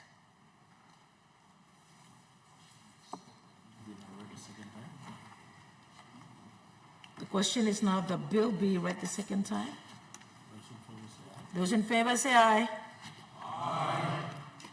Those against say no. The ayes have it. Clerk. Second reading. A bill for an act to amend the Prime Minister and National Executive Council Act 2002 and for related purposes. Prime Minister. Madam Speaker, I want to, before I ask the Parliament to move the third reading forward. Is leave granted? Mr. Prime Minister. Madam Speaker, I beg your pardon. Before I move that the bill be read a third time, I move that the bill be read a third time, brother. And I want to make some response to the pertinent issues raised by the member for Abao. And I appreciate his commentary. Being in various cabinets since 2002, he can understand exactly where this is coming from. I want to give assurance to this House that the role of CACC remains and is entrenched in the Prime Minister and NEC Act. So this in no way, shape and form dilutes the role of CACC, and all process remains. The Section 7 power of this new Act allows for the Secretary of Department of NEC to make sure that all the ticks are ticked off. All the ticks are ticked off, including the issues where sometimes cabinet paper could be rushed through that are not of any sense of agency. Just like the member for Abao, him and me were privileged to serve the two previous governments as cabinet ministers. I have served two previous prime ministers before I became prime minister myself, and I'm pretty conversant with sometimes possible abuse of the processes. This one now gives opportunity that the processes are not abused. That the cabinet process is fixed in law. If you have a proposal, you have a paper, it goes right through the path. And then it holds accountability in the system. That those who expect to deliver on the outcomes must be delivering on the outcomes. So I want to give comfort to all members of the Parliament and to the country. As part of our amendments and reconstruct to 50 years of being as a country, this is some work. Though small it may seem, but essentially important to tidy, so that no one Prime Minister sees he's a superhuman being and sits in the office of Prime Minister doing what he has to do. Gone are the days where papers can be pushed right through. And so this intends to achieve the outcome the member for Abao has alluded to. And the rest of the process, including the role of CACC to make sure financial implications, legal implications, etc., is secured in the other sister law that exists, or the current law that exists as it is today, whilst we create the sister law. I want to also give assurance to our people of this country, not to say that the past has been bad. There are processes involved in NEC process, including CACC. But before CACC deals with these papers, you got ministerial committees. For instance, the Ministerial Economic Committee or the Social Sector Committee that deliberates on papers before it comes up.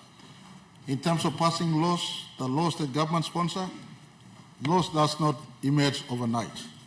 All get a law, mibla passim, or when come to Parliament, and we get process. Example, state solicitor by giving one I'll call him number one lawyer long country, I'll call him state solicitor, and by giving certificate of compliance. Before that, certificate of necessity must start finish.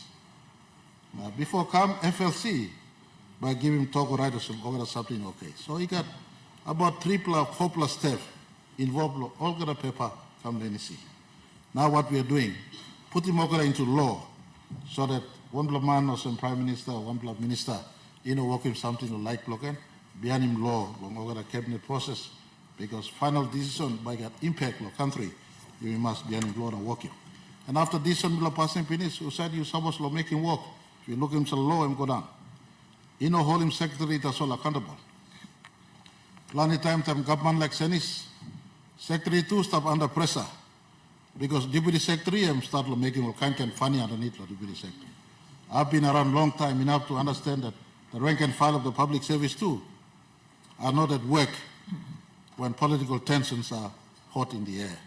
So we're trying to hold the entire rank and file accountable. Public service making work straight. Someone's paper is no good, you got every chance along the chain of process, law advising us and paper no good. I mean like taking this time, law advising on public servant. But submission come where you feel stuff in law. You have every right, law documenting this in writing.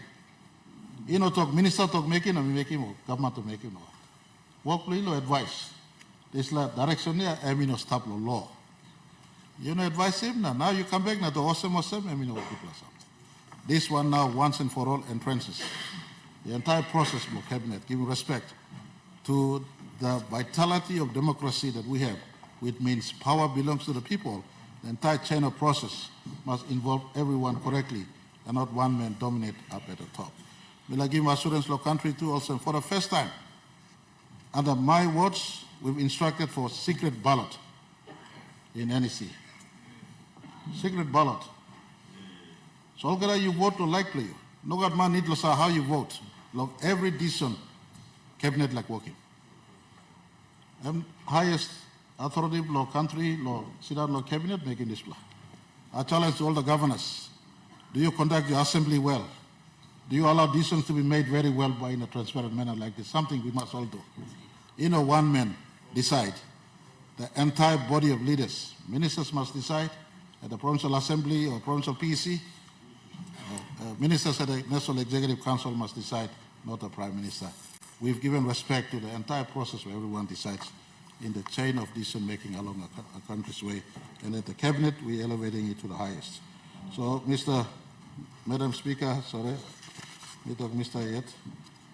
Madam Speaker, me commending most on this bill, we come to the House, let me pass it.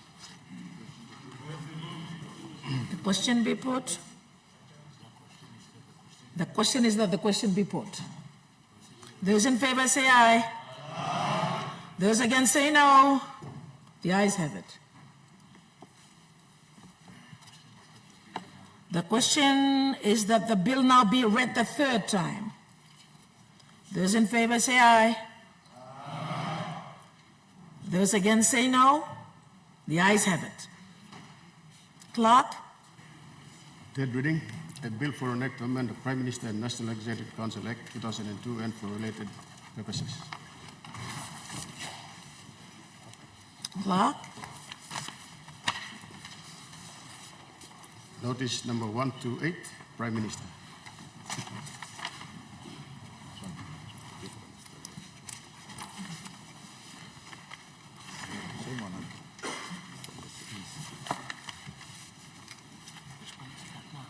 Mr. Speaker, Madam Speaker, I present the National Executive Council Bill 2025. Clerk. First reading. A bill for an act to A, implement section 1495 of the Constitution to provide for the implementation of the decisions of the National Executive Council, and B, implement section 150 of the Constitution in providing the functions and responsibilities of the Secretary to the National Executive Council and for related purposes. Prime Minister. Madam Speaker, Madam Assistant Speaker, this amendment again, and we pass one time, past time law initiative. Now, we're going to talk this la series of amendments. Let me come on and pass them talk. Thank you too much, Madam Speaker.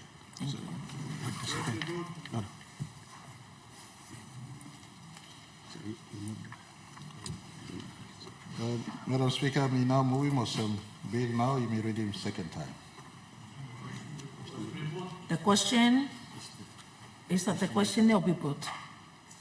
Those in favor say aye. Those against say no.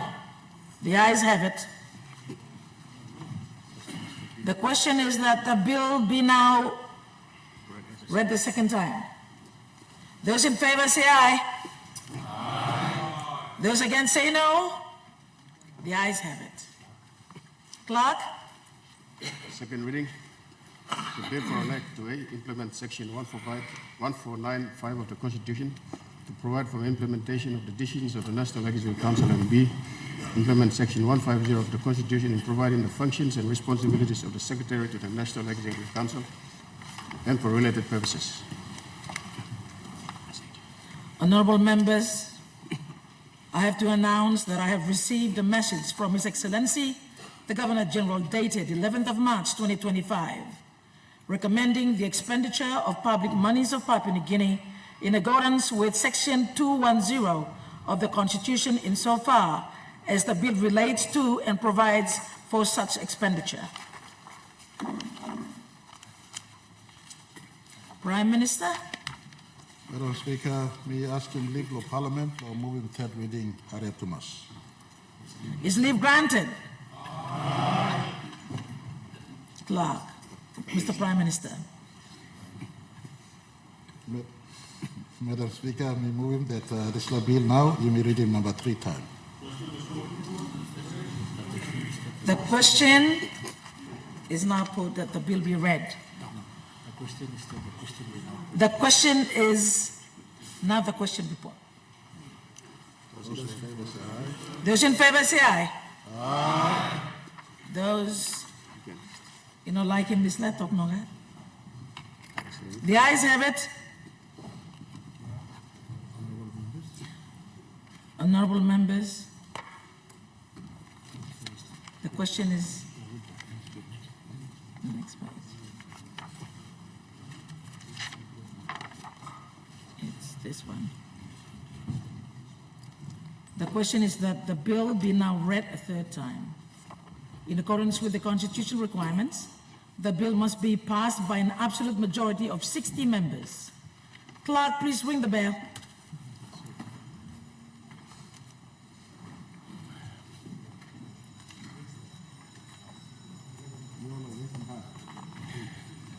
Close the doors.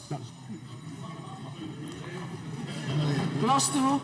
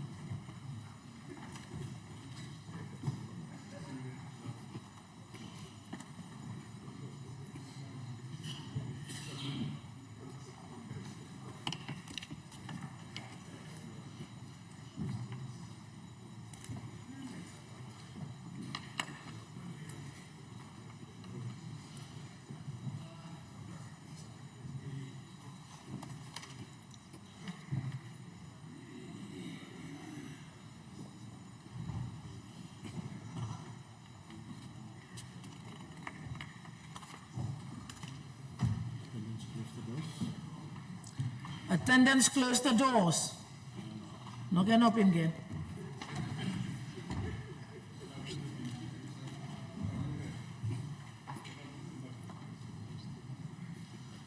The question is that the bill now be read the third time. Would those in favor stand?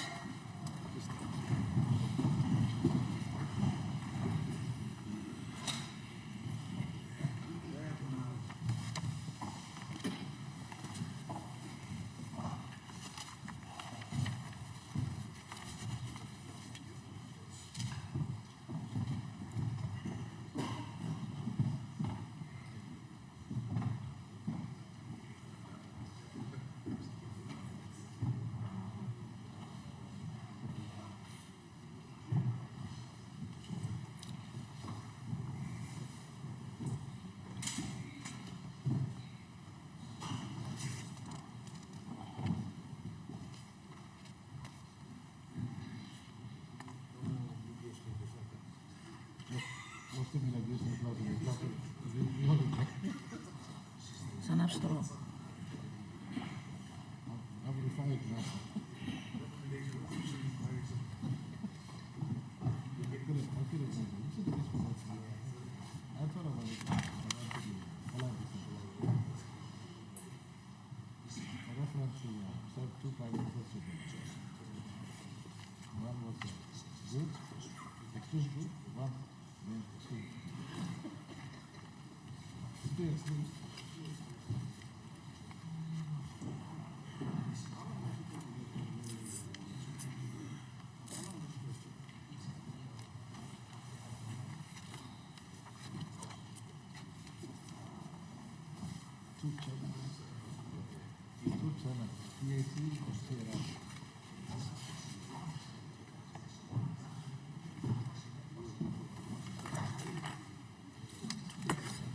Your committees must go to work now.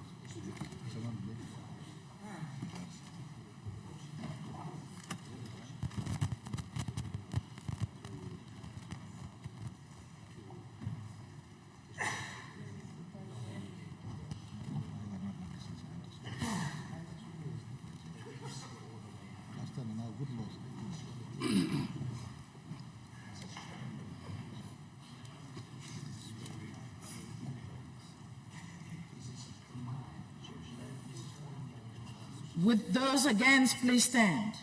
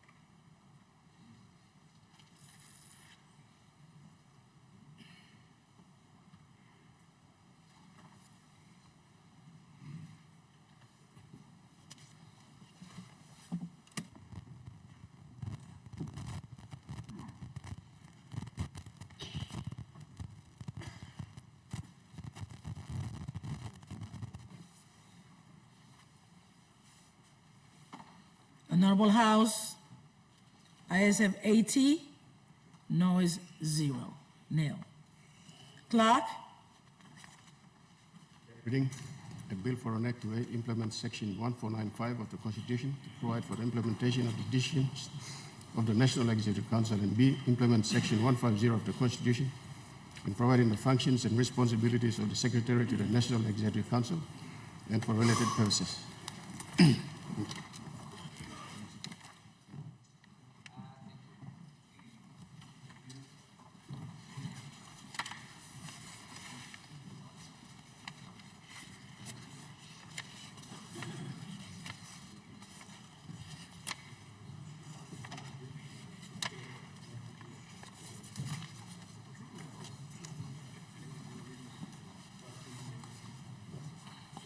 Call upon the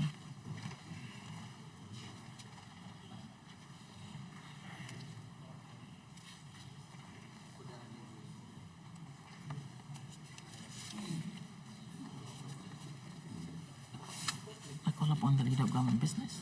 No.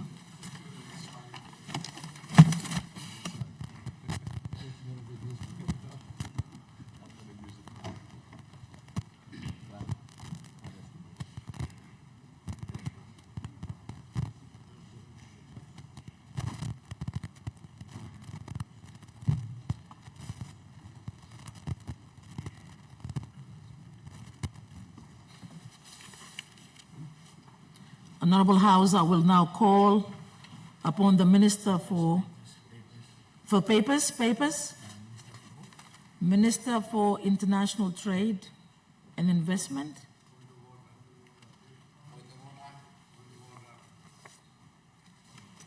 Your point of order, Member for Abao. Assistant Speaker, I wish to raise a point of order on today is Thursday, and it's private members and private business day. The government has taken over a lot of time, and for quite a long time now, the bills or papers sitting on the notice paper are going to exceed the required time for them to be there before they are going to be automatically removed from the notice paper. So I request if the government, through the leader of government business, can allow those agendas on the paper today from the private, on agenda 7, be allowed to proceed before we rise today. Thank you. So I call on the leader of government.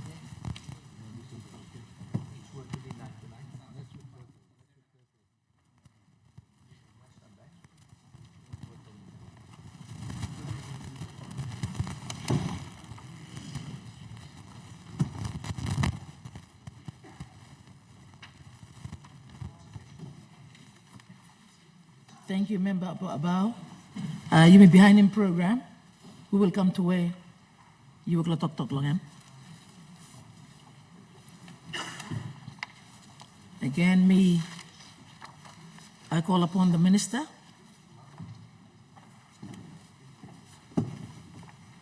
Minister for International Trade and Investment.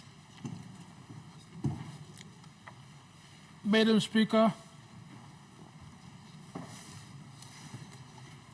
pursuant to statute, I present the final report on the investigations into the East Nubian Resources Group, East Nubian Palm Oil Limited, Zen New Guinea Limited, and Zen Plantations Limited.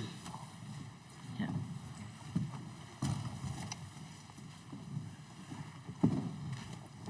Madam Speaker, I ask leave of the Parliament to make a statement in connection with the report. Is leave granted? Ayes have it. Minister, make your speech. Madam Speaker, I rise to present and update the Parliament on the final report of the investigations into the East Nubian Group, East Nubian Palm Oil Limited, Zen New Guinea Limited, and Zen Plantation Limited in relation to its dealings and business conduct towards the local oil palm growers of East Nubian Province. Madam Speaker, this is a very important investigation undertaken by the Marabe government, and it's the first of its kind in the history of our country that a government is investigating the price of palm oil upon receiving complaints from over 15,000 village oil palm growers of farmers in East New Britain who have requested that the government must intervene to assist them seek a price increase of between 500 and 600% so that they can enjoy the same prices that farmers in West New Britain are enjoying and have been enjoying over many, many years. Because the price in East New Britain is very, very low compared to the prices that are being paid by New Britain Palm Oil and Hage Oil Palm in West New Britain Province. Madam Speaker, this investigation was approved by the NEC in NEC Decision Number 192 of 2024. Following a petition that was received in August when NEC met in Rabaul by the local oil palm growers and landowners of Gazelle, a peninsula and the wider Bay Area of East New Britain Province, calling for an investigation into the exploitation of an unfair trade practice by East New Britain Palm Oil Limited for allegedly fixing the price of oil palm to the farmers at a price of 10 kina per metric ton for over a period of 10 years from 2014 all the way to 2024, while at the same time the farmers in West New Britain are getting 800 kina per metric ton. That has gone on for 10 solid years. Madam Speaker, the NEC in its decision also approved the establishment of an investigating team, the terms of reference, the funding of $2 million, and I'm happy to report that the investigation was led by an independent oil palm expert who we brought in all the way from the UK, David Mehta, who was former CEO of Hage Oil Palm and New Britain Palm Oil, and a team of lawyers and other Papua New Guinea experts who helped them. And it took us 2 months to conduct the investigation. From November last year, November the 8th, all the way to the 16th of January, before this final report was put together. Madam Speaker, the investigation found that East New Britain Palm Oil Limited is part of the East New Britain Resources Group, which comprised of East New Britain Palm Oil Limited and Zen New Guinea Limited and Zen Plantations Limited. And so the investigation team extended the investigation to cover the East New Britain Group and not just East New Britain Palm Oil Limited. The companies under the East New Britain Resources Group banner include East New Britain Palm Oil Limited and Zen New Guinea Limited and Zen Plantations Limited, and a related company, ONG New Guinea Limited, which serves as a special purpose vehicle for joint ventures. These companies are not interconnected through their ultimate shareholders, rather they have common directors. Madam Speaker, East New Britain Palm Oil Limited is part of East New Britain Resources Group and operates in the Gazelle Peninsula area of East New Britain Province. It is recognized as a legitimate oil palm development with no prior history of logging activities. As of October 2024, East New Britain Palm Oil Limited manages approximately 7,996 hectares of leased land that is planted with oil palms.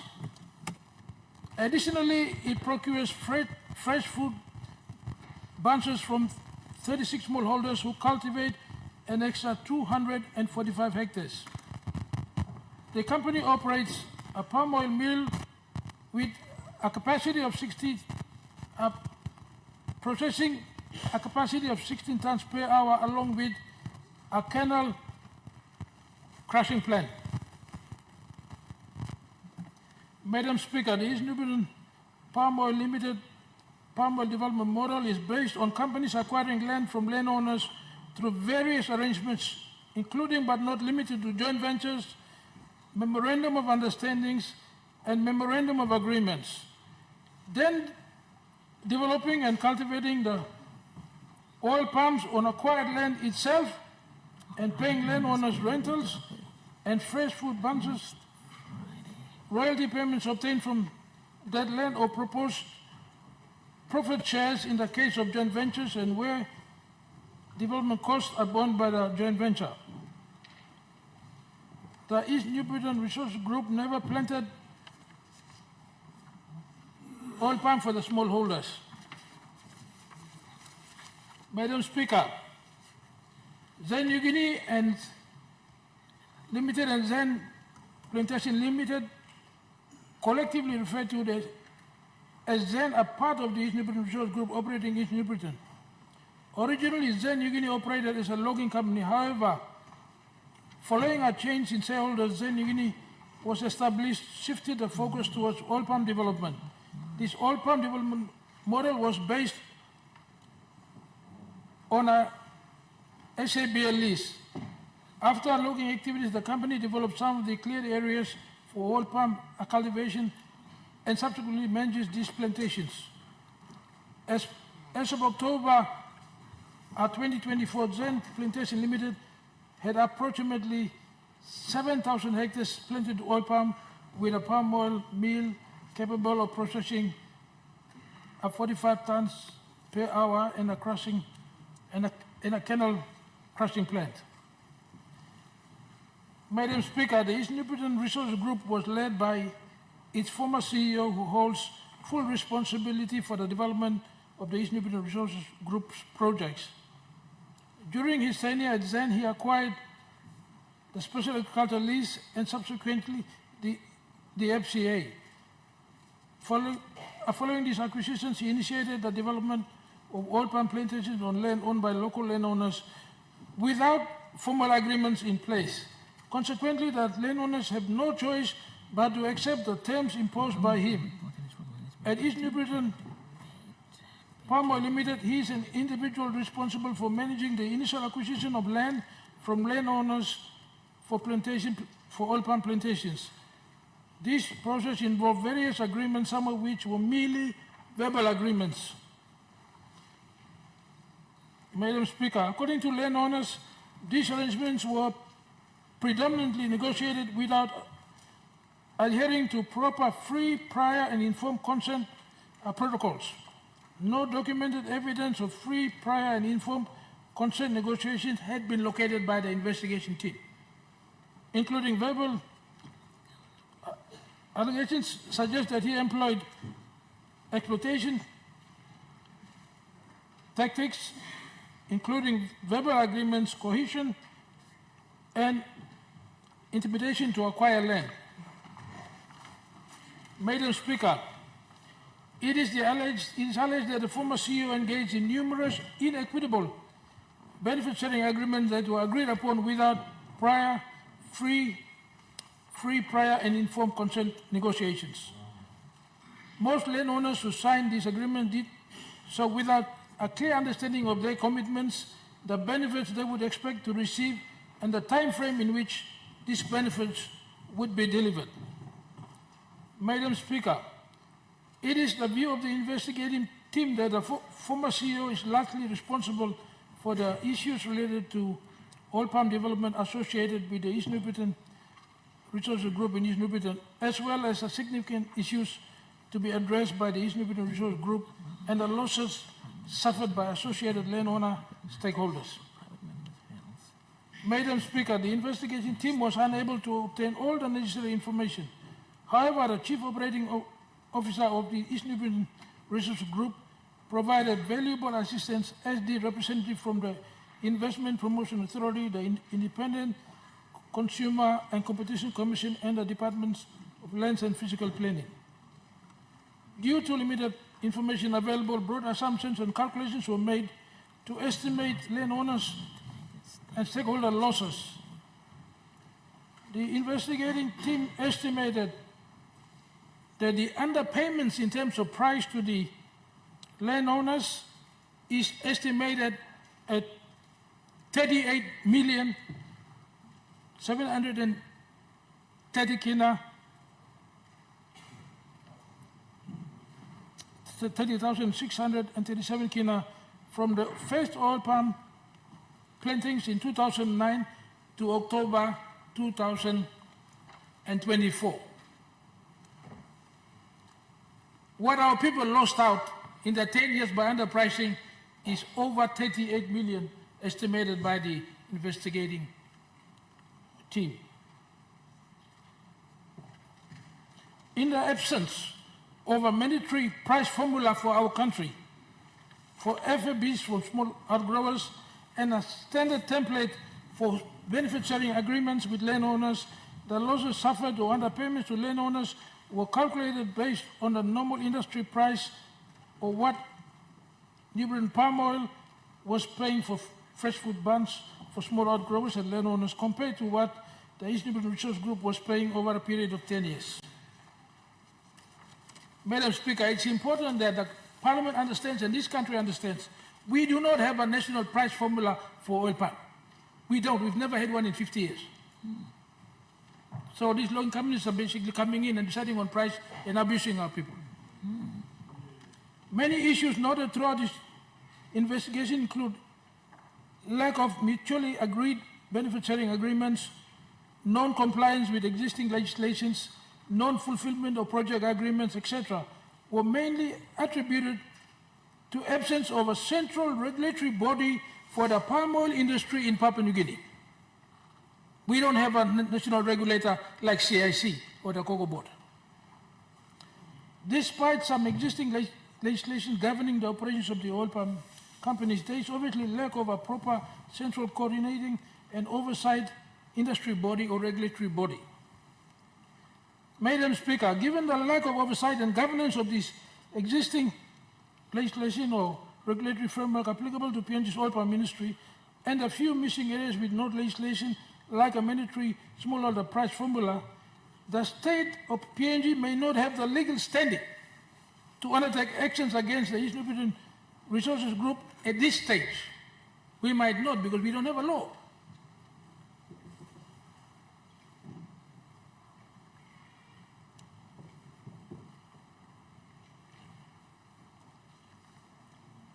The government of PNG needs to handle this situation with gracefulness to ensure a win-win situation for all stakeholders going forward. That is to keep the company operational because it's got the mills, it's got the plantations, it needs to be exporting. But at the same time, we have to look at how we can ensure we have a fair and equitable benefit sharing agreement, including a national price formula. Madam Speaker, the recommendations that arose from the investigation include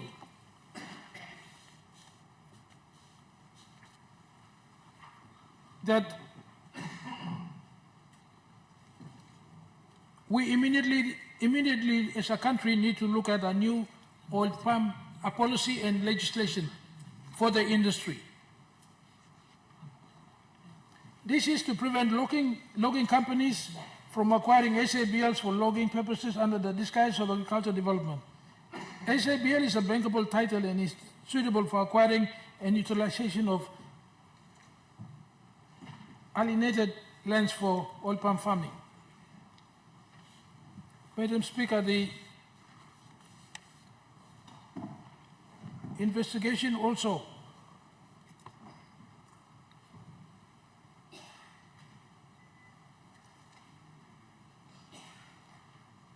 has recommended that we should quickly look at the issues affecting the oil palm growers of East New Britain province.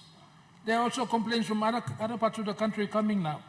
And now farmers have actually stopped bringing the fruit to the mill. It's a very serious and important and serious issue, and that must be looked at immediately.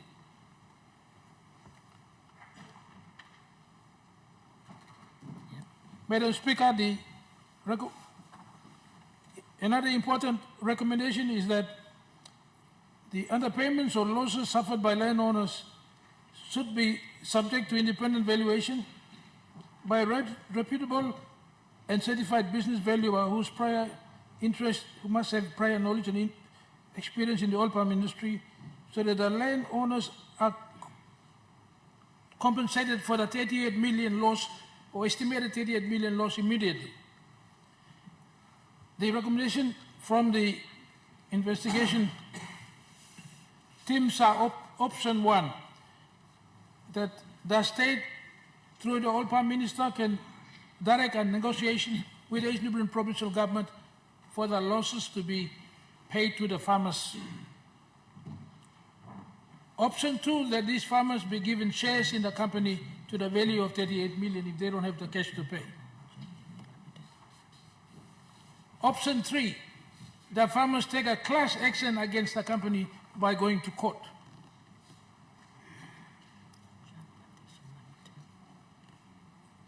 Option 4, look at other options including taking them to court under the Companies Act.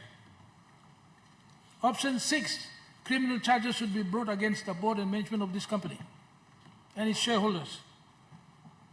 Option 7, those responsible should be deported from this country to make a lesson for everybody else, not to exploit our people anymore. So those are some options which the investigating team has now proposed to government.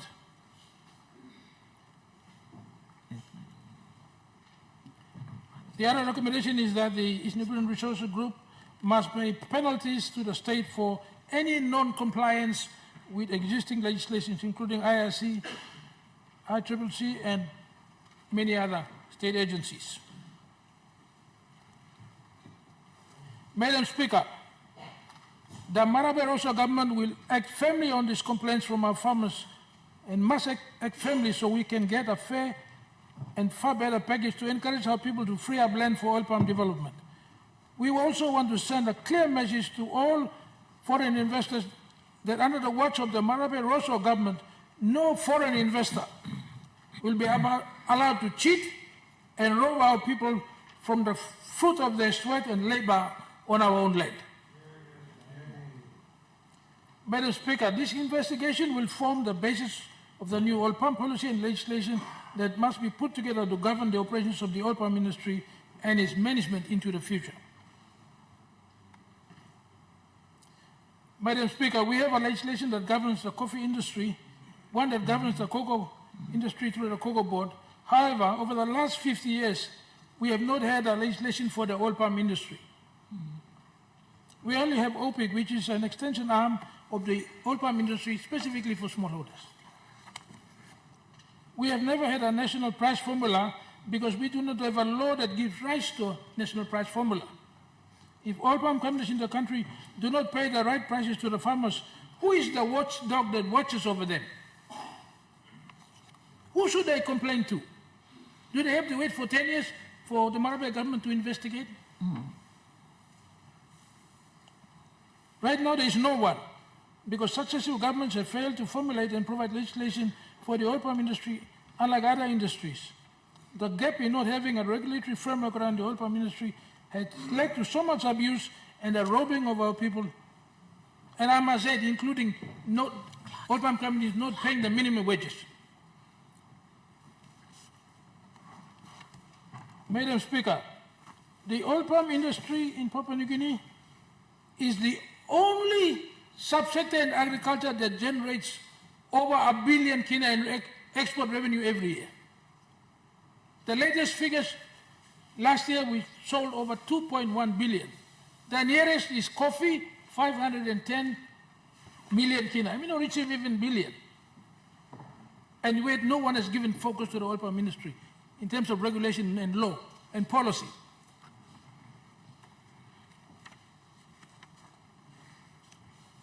This makes oil palm industry the most important agriculture sector in our country. But yet we have not bothered to look after it through a legislative framework and a price formula mechanism so that our people will get good pricing and will be happy to make more land available for oil palm. Madam Speaker, Indonesia has over 13 million hectares of oil palm planted. The oil palm industry in Indonesia accounts for 1.6% of the GDP. As the majority of harvest is exported, the agriculture industry generates more than 18 billion US dollars to the Indonesian economy, and in fact, is the biggest export industry in the whole of Indonesia. It is the only country in the world that has significantly increased the size of palm oil, which grew by almost 650% between 2000 and 2022, and contributing to the labor sector directly, 4 million employees and 16.2 million if you're talking indirect employees. Madam Speaker, the world demand for oil palm is very, very high and will continue to be very, very high because the world is moving to biofuel using oil palm. Like in Indonesia, 40% of all the oil palm is now used for biodiesel.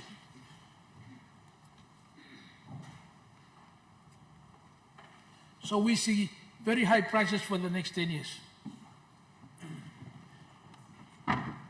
Madam Speaker, the biggest sleeping giant in the agriculture sector of Papua New Guinea is the oil palm industry.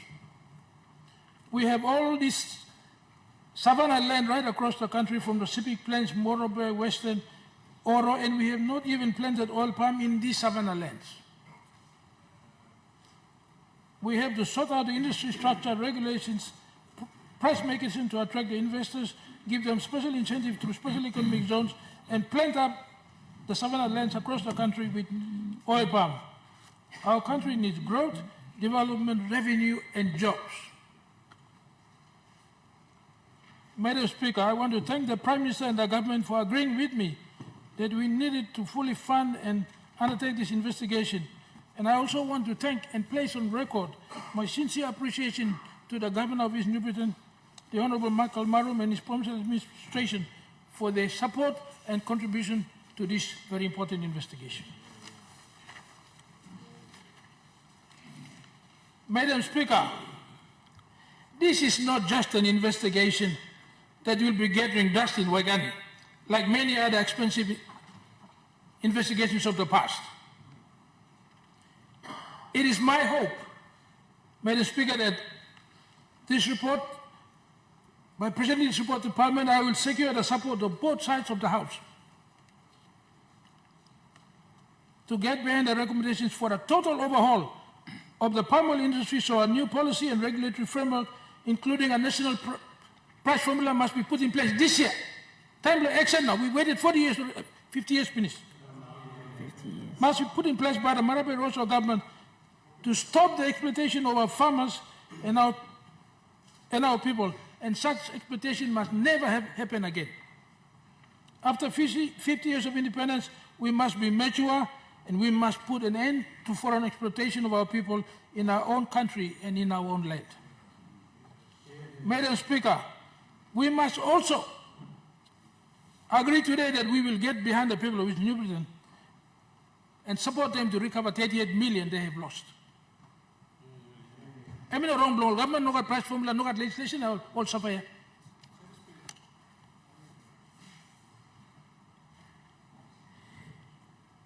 Finally, Madam Speaker, my department and investigating team stands ready to support the Minister for Oil Palm and the Marape Rosso government to totally overhaul the oil palm industry with the introduction of a new policy, regulatory framework, including a national price formula, to ensure that such exploitation must never happen again, and we must support the growth of the oil palm industry in Papua New Guinea, the biggest sleeping giant.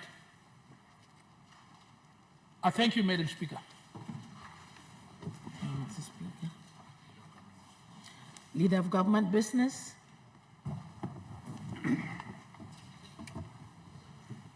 Madam Assistant Speaker, pursuant to statute,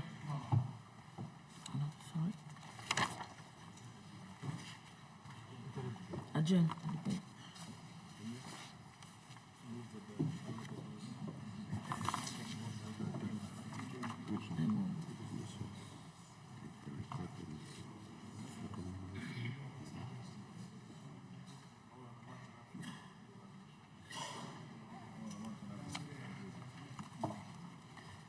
pardon me, Assistant Speaker. Madam Assistant Speaker, I move that the report and its recommendations be adopted and the debate be adjourned and made in order of the day for a subsequent meeting. The question is that the motion be agreed to. Those in favor say aye. Aye. Those against say no. The ayes have it. Leader of Government Business.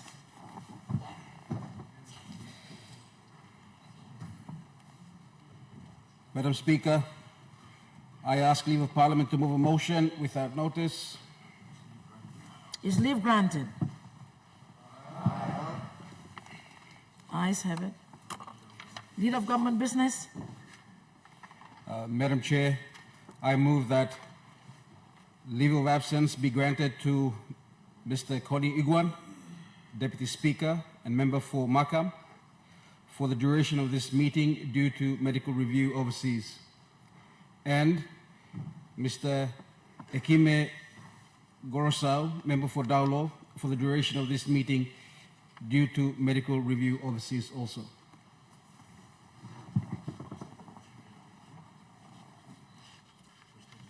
The question is that the motion be agreed to. Those in favor say aye. Those against say no. The ayes have it. Leader of government business. Madam Chair, I move that Parliament do now adjourn to 10 a.m. tomorrow.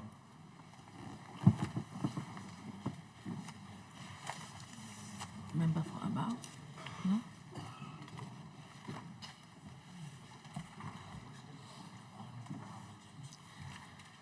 Members of the House, the question is that Parliament will adjourn until 10 a.m. tomorrow morning. Those in favor say aye. Aye. Those against say no.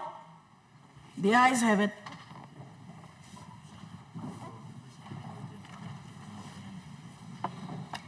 Members, I now adjourn Parliament until 10 a.m. tomorrow morning. Good plan, binun lo you plan kita. Staff, good. We'll see you tomorrow morning. Thank you.